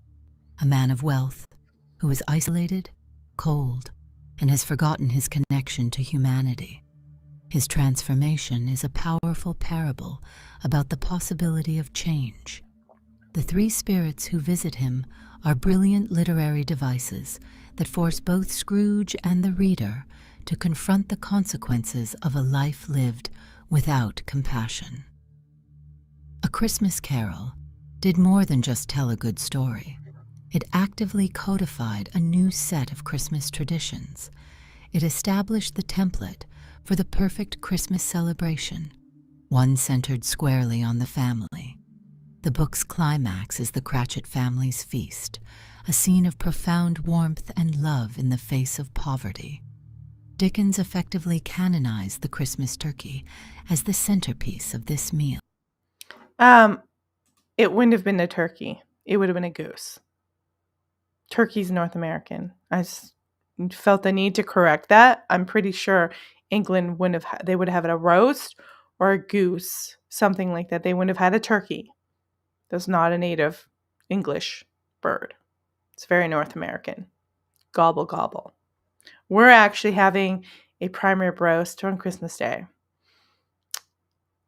Very British. I tried to make Yorkies. I've made Yorkshire puddings and been successful, but our oven that we have right now, there's something up with it. And I tried to make them a couple of years ago and they just didn't do it. So we won't be doing the Yorkies, but we'll be doing the prime rib roast. So I know that bugs me when they said turkey, because I know the Victorian English weren't having turkeys. I just know they weren't. Turning it into an aspirational symbol for families across the English-speaking world. He also revitalized the practice of singing carols, moving it from the public sphere of wassailing to the intimate setting of the family parlor. The book is filled with scenes of music, dancing, and joyful games. Right, like he's like showing you that they are scenes where they're having a Christmas game, where they, and they are doing the sort of Christmas pudding, or they talk about the Christmas goose, different traditions that we hold today, where you're playing games, or it's a jolly time. It's a time for people to have a day off with pay, to give thanks to your workers, to give thanks to mankind, stuff like that. It champions the idea of the white Christmas, linking the festive spirit to the beauty of a snow-covered landscape. More than anything, the book invented the very concept of the Christmas spirit, a specific mood of generosity, forgiveness, and nostalgic goodwill toward all people. The phrase Merry Christmas itself was popularized by the book. The story provided a complete emotional and philosophical blueprint for how... So, Christians who talk about Merry Christmas, that is not a long held tradition.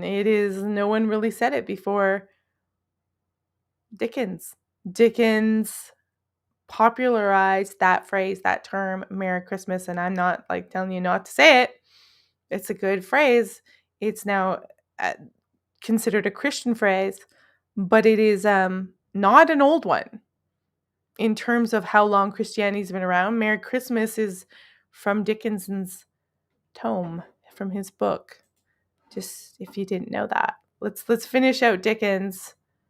I don't know I love A Christmas Carol. I usually watch the one with George C. Scott. There's the one with Alistair Sim. There's a whole bunch of them. I love the one with George C. Scott. He's just such one of my favorite actors. He's really intense. I know he's not British. I know he's not English, but he's still just such an intense actor. And all the other actors were English and British, and they were just such good character actors, and they were really powerful actors in their rendition that it's one of my favorites. The holiday should be observed. It argued that Christmas was a special time, a brief magical period when the normal rules of commerce and social division should be suspended in favor of simple human kindness. It was a day to open one's heart, to give to charity, and to reconnect with loved ones. What I like about the Christmas Carol is that I don't know if they had this sense before this. I know there was a heaven and hell sense, but I like about the Christmas Carol is that there's this idea that all the horrible things that you do in your life burdens you in the afterlife. As you see, Ebenezer Scrooge is this old kind of miser businessman who, takes advantage, is really greedy. His workers are impoverished and cold. He pays them Bob Cratchit hardly anything, even though he's his sickly son. He is essentially a terrible person. His business partner had died, Jacob Marley, and Jacob Marley's soul comes back to visit him. Oh my God, Paul from Newcastle. He just said something so amazing. You can make Yorkshire puddings in an air fryer. Oh my God, I may try this on Christmas Day. Thank you so much, Paul.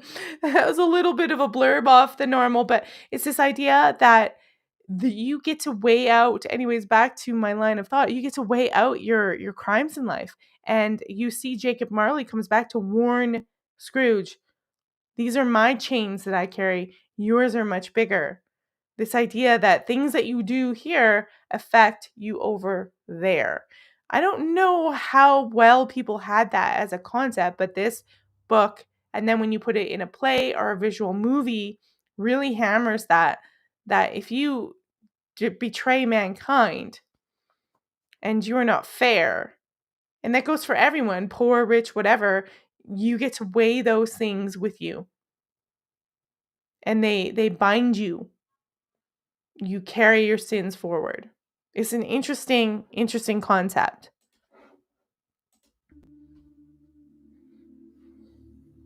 The impact of A Christmas Carol was immediate and profound. It was read aloud in homes and on public stages. Its message resonated deeply with a society grappling with rapid change. The book essentially refocused the holiday, moving its center of gravity from the public square to the private home, from the community to the nuclear family, and from adults to children. My little miracle. Okay, we will just turn the volume down on that one because we don't want to hear the commercial. But it is it's very interesting, the whole idea. And Dorothy said the documentary to watch on Charles Dickens is The Man Who Invented Christmas, because that one story really shaped a lot of Christmas. I won't be showing any clips from it because, of course, we'll get copyright. Of course we will. But we're going to skip forward here. It's a very slow-paced documentary. I wish it was a little more jollier as we get into this. But this whole documentary, and I will link it, you can listen to it. It's very slow. It makes you kind of sleepy. So I don't want to stay too much time in it because I don't want y'all to fall asleep, but you can check it out. But it talks about different things with Christmas, liminal spaces, 12 nights, the Yule log, bizarre rituals of fortune, the pooping log. We might have to listen to the pooping log. From wassailing to caroling, they talk about this, where you carol door to door or you're caroling inside the house. Our rituals of community blessings, securing luck for the new year. So there's all these sorts of different habits right around this time, right into the new year, that we do to bring things in. Christmas werewolves. Okay. We need to check out Christmas werewolves. I've never heard of Christmas werewolves. They literally got more German stuff. So let's see what Christmas werewolves are about. Act as enforcers of a specific moral or social order. Another class of Yuletide creature exists entirely outside this system. These are the agents of pure chaos, supernatural beings who emerge during the lawless 12 nights of Christmas to cause anarchy and disruption. In the folklore of southeastern Europe, from Greece to Bulgaria, these beings are known as the Kalikansaroi. According to the legend, the Kalikansaroi are small, goblin-like creatures who dwell deep within the earth. For the entire year, their primary occupation is a singular malevolent task. They're like goblin werewolves. So we're down to Greece here. You could, a little bit different than German. A little bit different. They use a massive saw to cut down the world tree, the cosmic pillar that supports the heavens. They saw and they saw, and just as the tree is about to fall, the winter solstice arrives. The 12... Okay, so that's really interesting that's their tale of how the solstice comes in. That's their tale of how the solstice comes in, is these little werewolf creatures come upon this tree and they saw it, and when the tree is about to fall, the falling of that tree by these little werewolf goblin figures means that the solstice has the winter solstice has begun. And that is a very, I don't know how that works in my mind. I don't know how that works in your mind. I like the wheel. I like the Norse kind of wheel thing, or this idea of cyclics. But the goblin thing is, I can see why it's not very marketable. That the wheel would be a better icon of it. I don't know if you agree with me or not. The 12-day period between Christmas and the Epiphany is a time of cosmic instability. The sun is reborn, and the normal rules of the universe are suspended. During this liminal window, the Kalikansaroi are able to emerge from the underworld and swarm across the surface. They abandon their work on the world tree and dedicate themselves entirely to tormenting humanity for 12 nights. Their appearance varies by region, but they are consistently grotesque. They are small, black, and hairy, often with a mix of animal and human features like horses' legs or boar's tusks. They are universally described as being chaotic, mischievous, and overwhelmingly stupid. Their goal is to invade human homes and turn them upside down. Okay, they're not very good. You don't. They bring about the Christmas. They signify that by chopping down the tree, but then they're gonna create shit in our houses and mess us up. Yeah, I can see why this one didn't hit mainstream. I get it. I can't put it to words, but I get it. I get it. So we're gonna leave this one. I put the link to that whole video. It's a long one. It's at least 3 hours, 2.5, 3 hours long. It goes through a whole bunch of different elements of Christmas, but I don't want to put us to sleep. It's just too slow moving. The information is astounding. MLE author says the world tree is also very Norse. I cannot say that word. Yggdrasil. I want to visit our Facebook page so we can go into some different elements of Christmas. I want to look at this Icelandic Yule cat. They said, you didn't get new clothes for winter. Now the Yule cat knows where you live. Now, apparently, the Icelandic Yule cat is a figure from Icelandic folklore, and the Yule cat is a massive supernatural cat that roams the countryside during the winter, especially around Yule. Those who did not receive new clothes were said to be at risk of being eaten by the cat. So, apparently, I'm assuming if you didn't get clothes, you weren't very good, and now you got to be scared. You could use that to psychologically torture a kid. This is the only problem I have with a lot of these things is now your kid, maybe you couldn't afford it. Now your kid's thinking this cat's going to come and eat it. Holy, things were rough in Iceland, man. The pre-industrial Iceland's survival depended on preparing wool before the winter arrived. Families worked together to shear sheep, spin yarn, and weave clothing before the cold setting. Receiving new clothes at Yule was proof that you had contributed. So again, it's about you working and not being lazy. And that was important in those days because manual human labor was important, right? It was important. Children and workers who completed their tasks were rewarded with new garments and mittens and tunics. Those who weren't, you were about to get chomped up by the Yule cat. So here we go. They're trying to sell this is the Nordic sisterhood. You didn't get new clothes. This evil kitty was worse than Pet Cemetery, and it was coming on your ass to eat you up. So you better start helping mama spin that wool, little Icelandic children, or you're going to get the Yule cat. That's what the Yule cat was about. There was another one. Was it food? Oh, no. It's actually in YouTube. I wanted to go over some food, and I want to go over some Slavic food because although half of me is English, Paul from Newcastle said sponsored by Walmart. That Yule kitty's come to get you, and you're going to be done. Although half is English Welsh, the other half is Slavic. So I'm wondering I'll look up some Slavic traditions, but there was a Slavic food, and the food had meaning. And the food that was going to be prepared, we can go into St. Nicholas after the food. I wanted to go in the Slavic food thing because it was fascinating how what they're adding to the food actually meant something. So let's go back into the chapters and eating like a Slav for Christmas, food history. Did you know some people throw this popular Eastern European Christmas dish at the ceiling to predict the year's luck? In parts of Eastern Europe like Ukraine, Poland, Belarus, and Russia, the more the grain sick, the more prosperous the coming year is believed to be.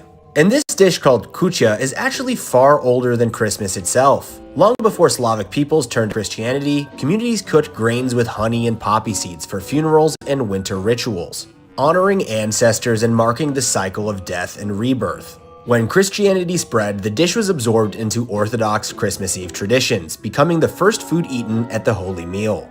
And each ingredient of the dish carries a special meaning. Grain for life continuing, honey for blessing, and poppy seeds for abundance and the unseen world. Did you know? Okay, so that is it. Oh, you can remove your data from Google, apparently. There you go. So that was it. That's basically a lot of the food that certain cultures make, even maybe in England, had a really religious meaning, but also certain foods like poppy seeds have certain meanings and blessings, and to continue the new year. Very few of us do that, where we're like, hey, we're thankful for food. We just go through a drive-through, get our Starbucks, or God forbid you get McDonald's, but we just stuff it in and get to work, stuff it in, get to work, and I think we're so distanced from how to prepare food and where food comes from. And that's the disconnect, where we just buy it and eat it. We're not sitting there all day preparing the bread, preparing the nuts and the dried fruit, and making it up, and so that people have a fruitful new year to bring that back. We're in this mechanism that kind of seemingly overwhelms it or overrides it and goes past it. I think it might be an illusion. I think our time might be coming. I hope not. I hope I'm wrong. But that was that dish, eating like a Slav for Christmas. And I'm sure it's much more in depth, and they have all sorts of different dishes that I'm unaware of. But that is it. And we're going to go back to the St. Nicholas and talk about him because, of course, like I said, he started out as a saint, rather dark figure. And then you get Charles Dickens, and you get Clement C. Moore with his 'Twas the Night Before Christmas. You start having this character emerge that's like an elf, and then the elf becomes more of an adult like elf, a roly-poly Santa. And you can go look it up. There's a lot of documentaries on the evolution of Santa Claus, but we're going to do a quick one. And is that it? No, that's not it. We're going to do a little quick reel that gets us through there because we don't have a lot of time. We're coming up on the 2 hour. Oh. Well, crazy. Okay, this isn't the reel I thought it was. This is not the reel I thought it was. Naughty or nice, that time Jolly St. Nick punched a heretic in the mouth. All right, so Santa got busy sometimes and he didn't mess with people. So we're going to go see CBN Full Story News. Hopefully this shows up for you guys. We're actually, it opened in a different page, so we are going to have to go to that page. But apparently Santa gave someone the 5-knuckle sandwich.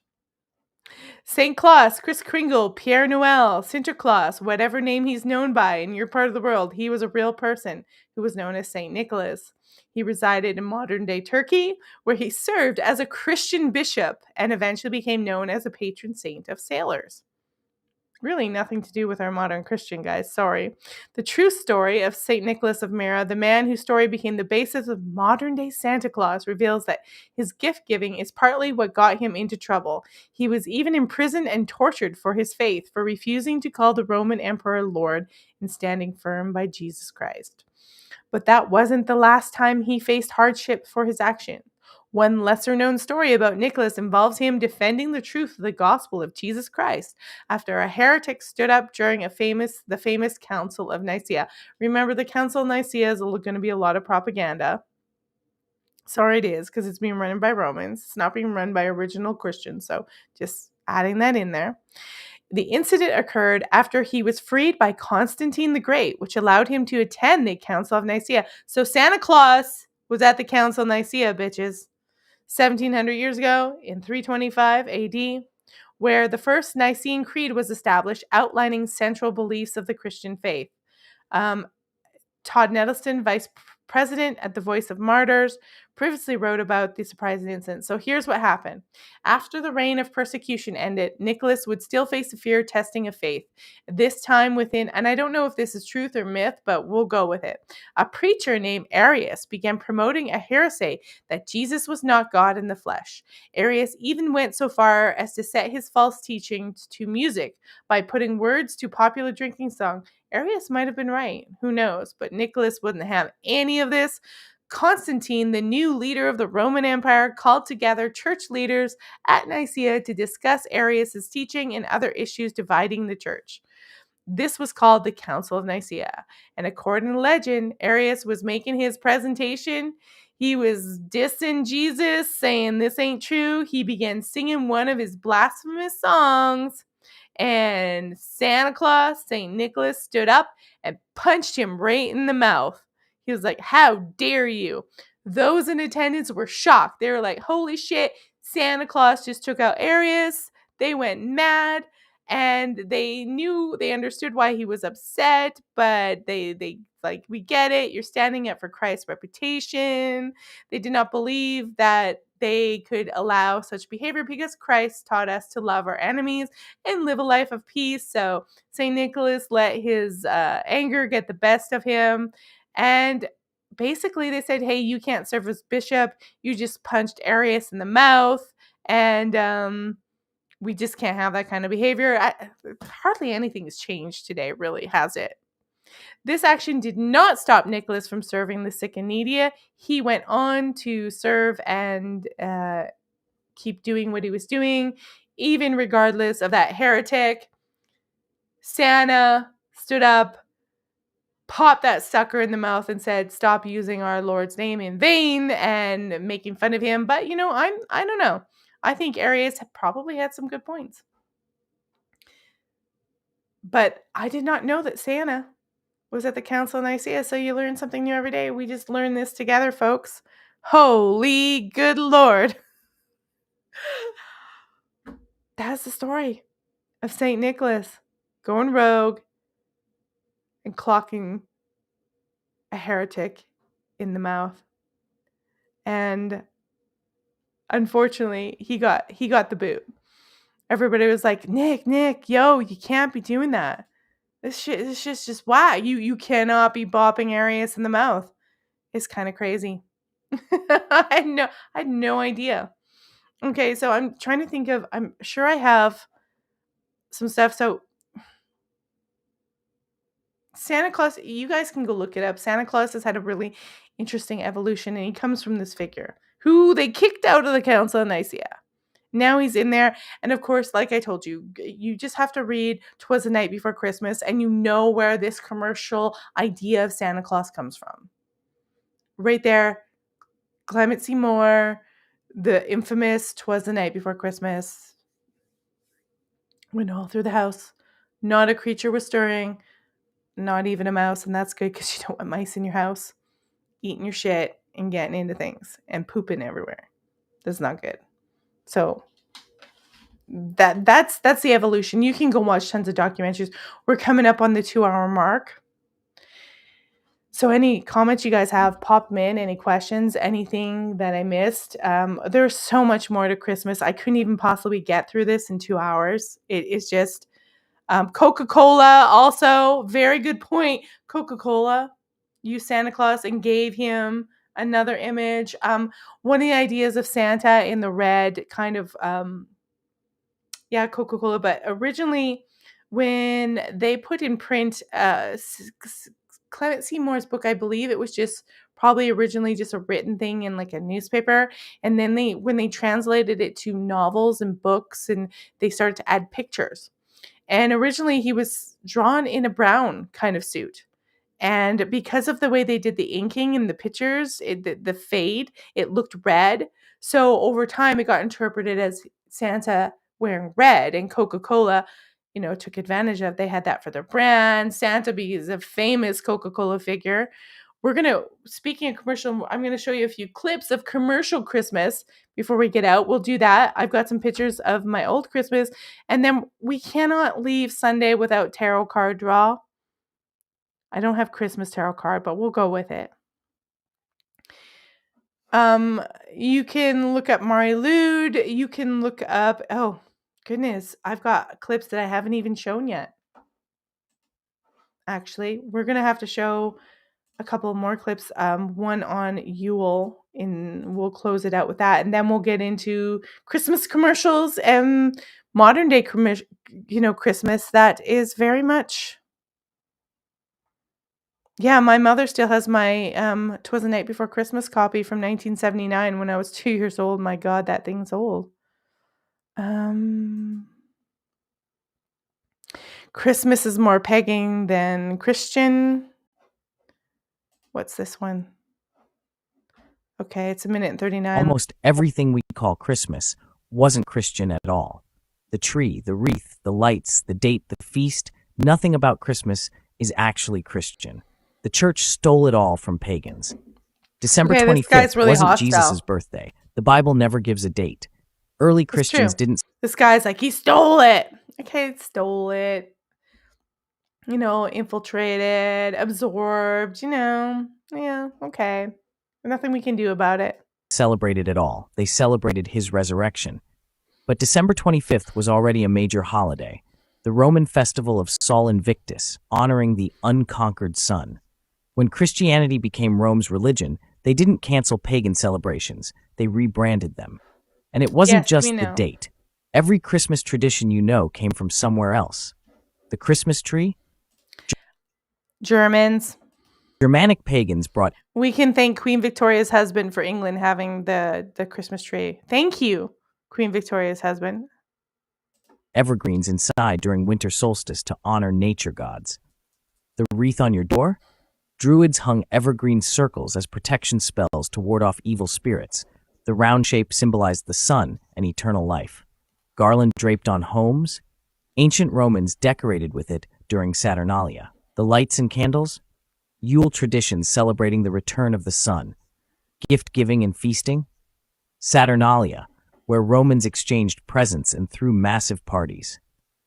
Feasts and gifts weren't Christian either. They were Saturnalia customs that the early church kept to help converts transition from paganism to Christianity. By the 4th century, the church simply baptized the old traditions. The birth of the sun replaced the birth of the sun. That's interesting. So it's a really good trick. You just baptize to okay, so this was all these pagans, but we'll baptize it. Now it's Christian. That's interesting. I don't know if he literally means baptize it, but that's interesting. And so what began as a festival of light became a celebration of Christ, not by prophecy, but by adaptation. Follow for more history. Okay, so that's a good one. There's also another one before we get into it. Commercial. I don't know. There's some really good commercials out there from my childhood that when I see them, I'm like, whoa, that is amazing. So this is Yule. It's getting into the Norse and Germanics. We're kind of traveling back to what we already covered, but she's going to talk a little bit about Yule for 1.5 minutes, and then we're going to get back up to modern times and talk about how we feel about Christmas today and what we're all doing. And I'll show you some pictures of me when I was a little Christmas baby. Deeper, and far more magical than Christmas. Yule is the ancient midwinter festival. It was celebrated long before Christmas ever existed.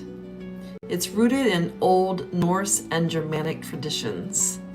And Yule was this time when people gathered around fire to honor the winter solstice, which is the longest night of the year, and also to celebrate the return of the sun. When the world went dark, our ancestors created their own light with evergreens, candles, feasting, and rituals meant to protect, nourish, and restore. Evergreens symbolize resilience. Fires symbolized hope. And the season itself symbolized that even in the coldest nights, life is rebuilding itself. If you've been feeling exhausted, emotional, or disconnected this month, your body might be craving the old ways, the rituals that helped humans move through dark with meaning instead of numbness. Yule isn't about rushing, it's about remembering. Remembering your connection to nature, to your ancestors, to the land beneath your feet, and to that quiet inner flame that refuses to go out, even when life has burned everything else down. Over the next week, I'm going to share some rituals, traditions, and magic behind Yule, including the 12 wishes and the 12 magical nights.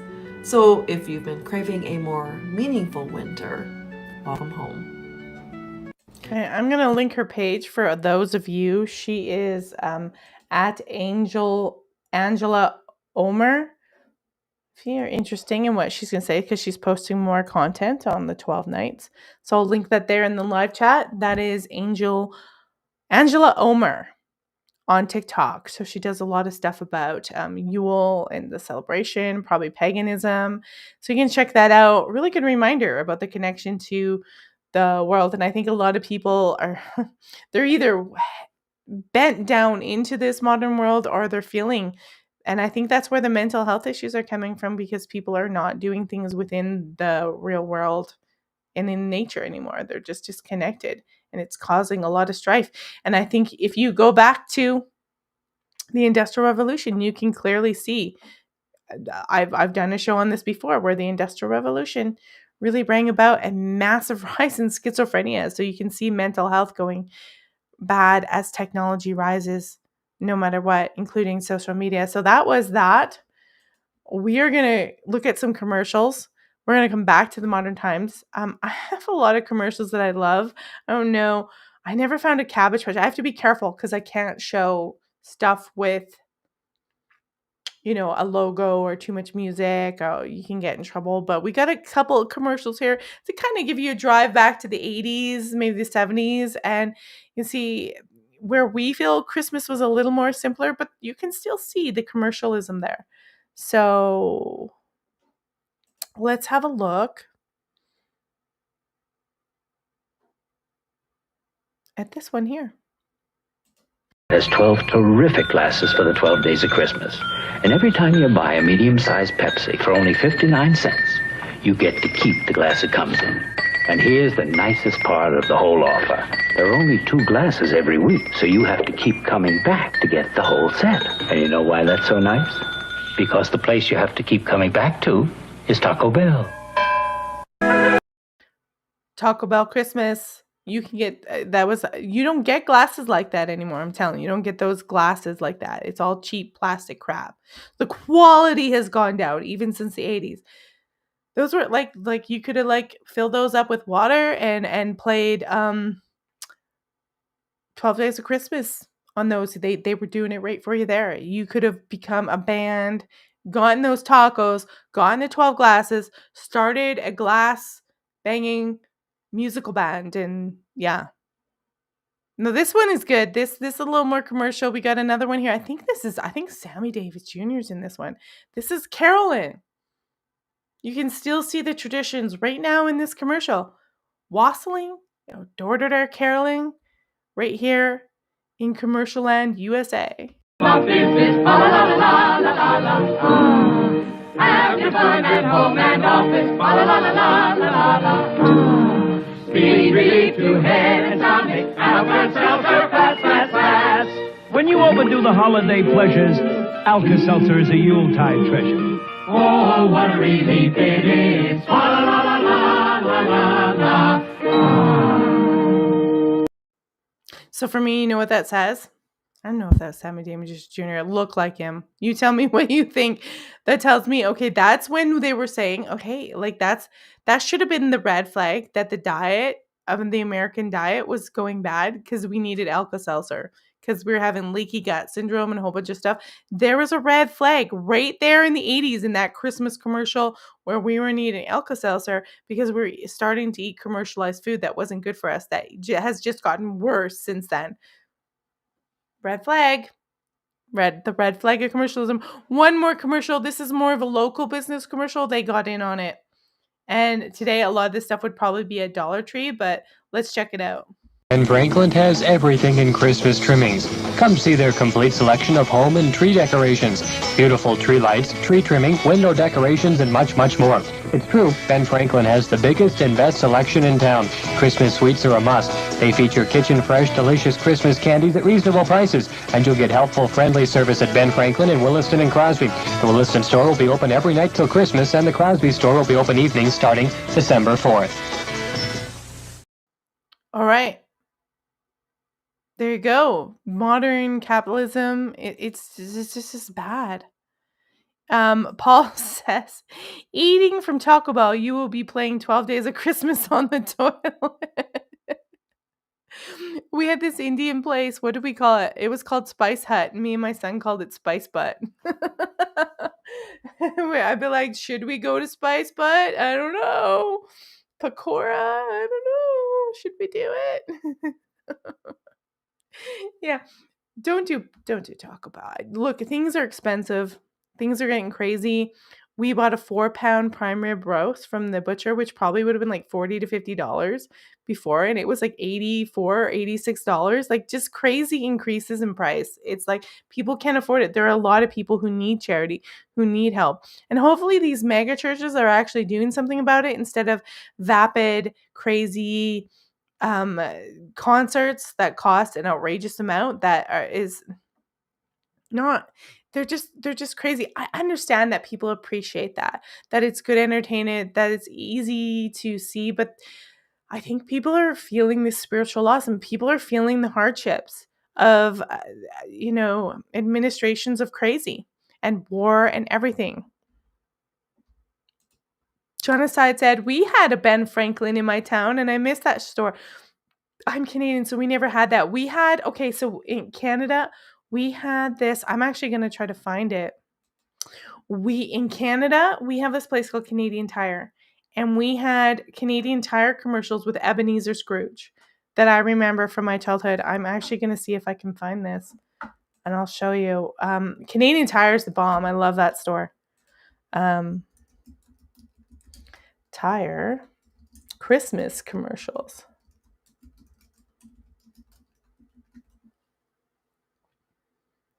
Oh yeah, they got some. Okay, I'll share my screen and we'll go into it. We want to go for the 80s.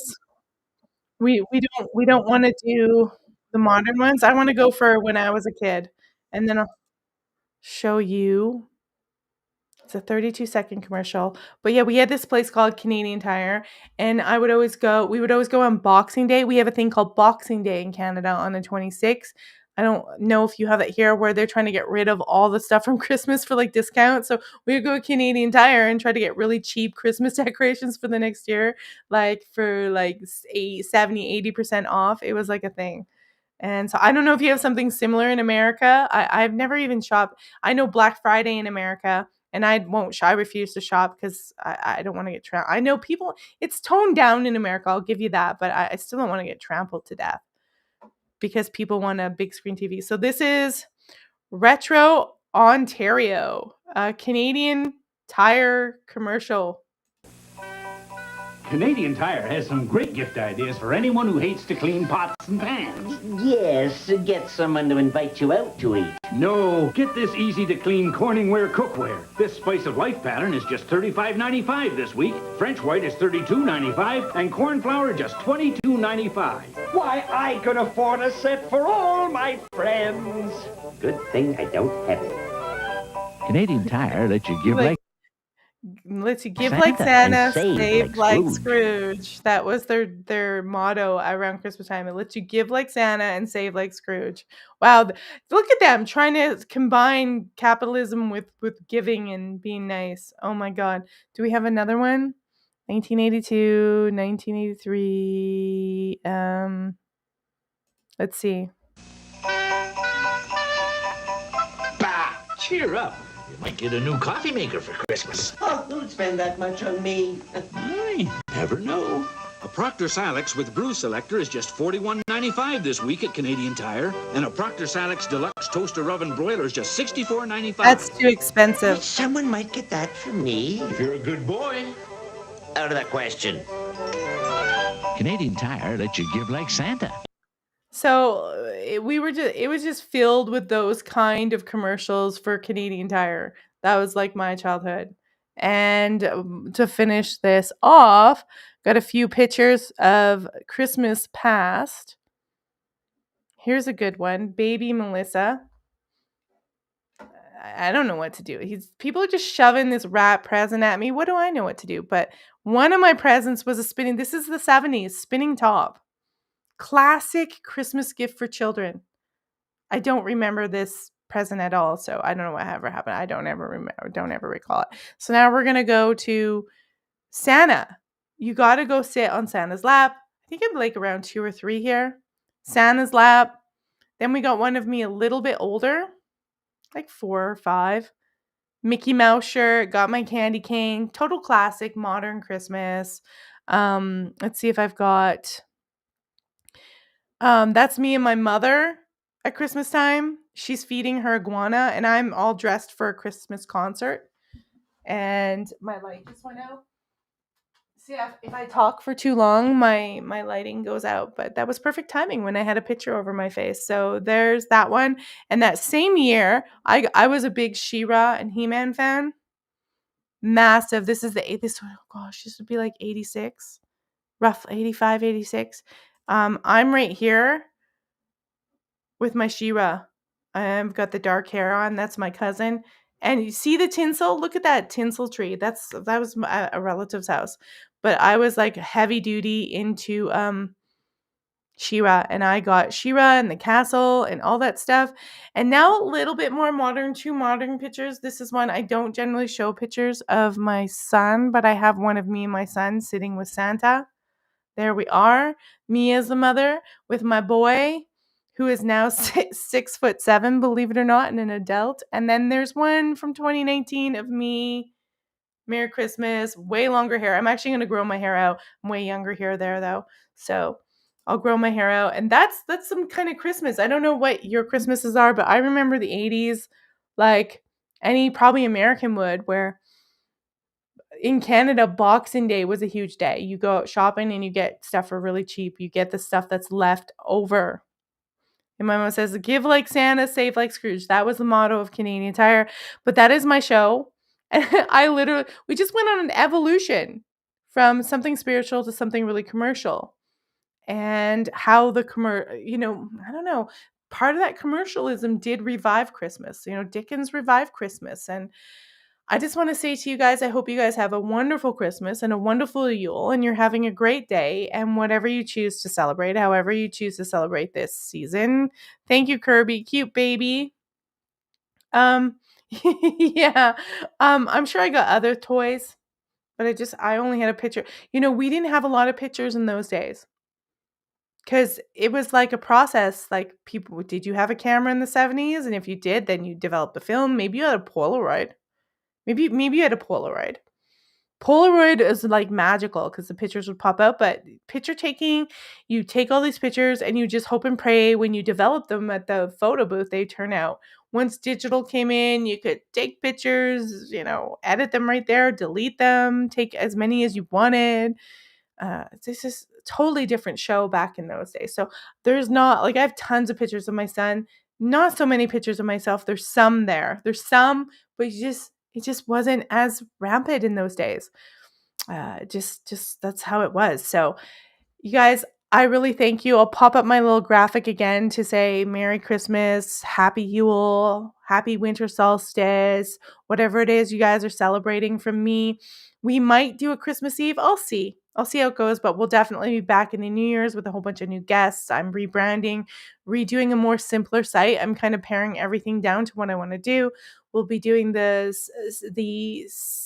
Steal the Spiritual Sundays, the Wednesdays, what they'll call it, and the Thursdays with Vampire Folklore and other stuff like that. And so be tuned into the new year. I hope you guys all, if I don't see you before the New Year's, please have a wonderful Christmas, a wonderful Yule, and blessed New Year, and all the best in 2026. I won't get into the politics that I think is going to come out in 2026, but I will be praying that all my audience as well. And I want to see you guys again. And remember, the website is melissadonharris.com. You're going to see it change a little bit, a lot of bit over the next couple of weeks. And you can subscribe on the YouTube channel. We are over at Substack at Order of Velvet Bite. We are over at Patreon. I will be doing a Substack and Patreon episode probably Tuesday, quickly for paid subscribers. We're over at Patreon, Order of Velvet Bite. We are streaming also on Twitch and Kick and YouTube. Not on Rumble anymore. It's too political of a platform. And I thank you guys for supporting my show and helping me grow. It means a lot to me. So happy holidays. Merry Christmas. I'm going to go Christmas shopping. So blessed be everyone. And I will see you soon.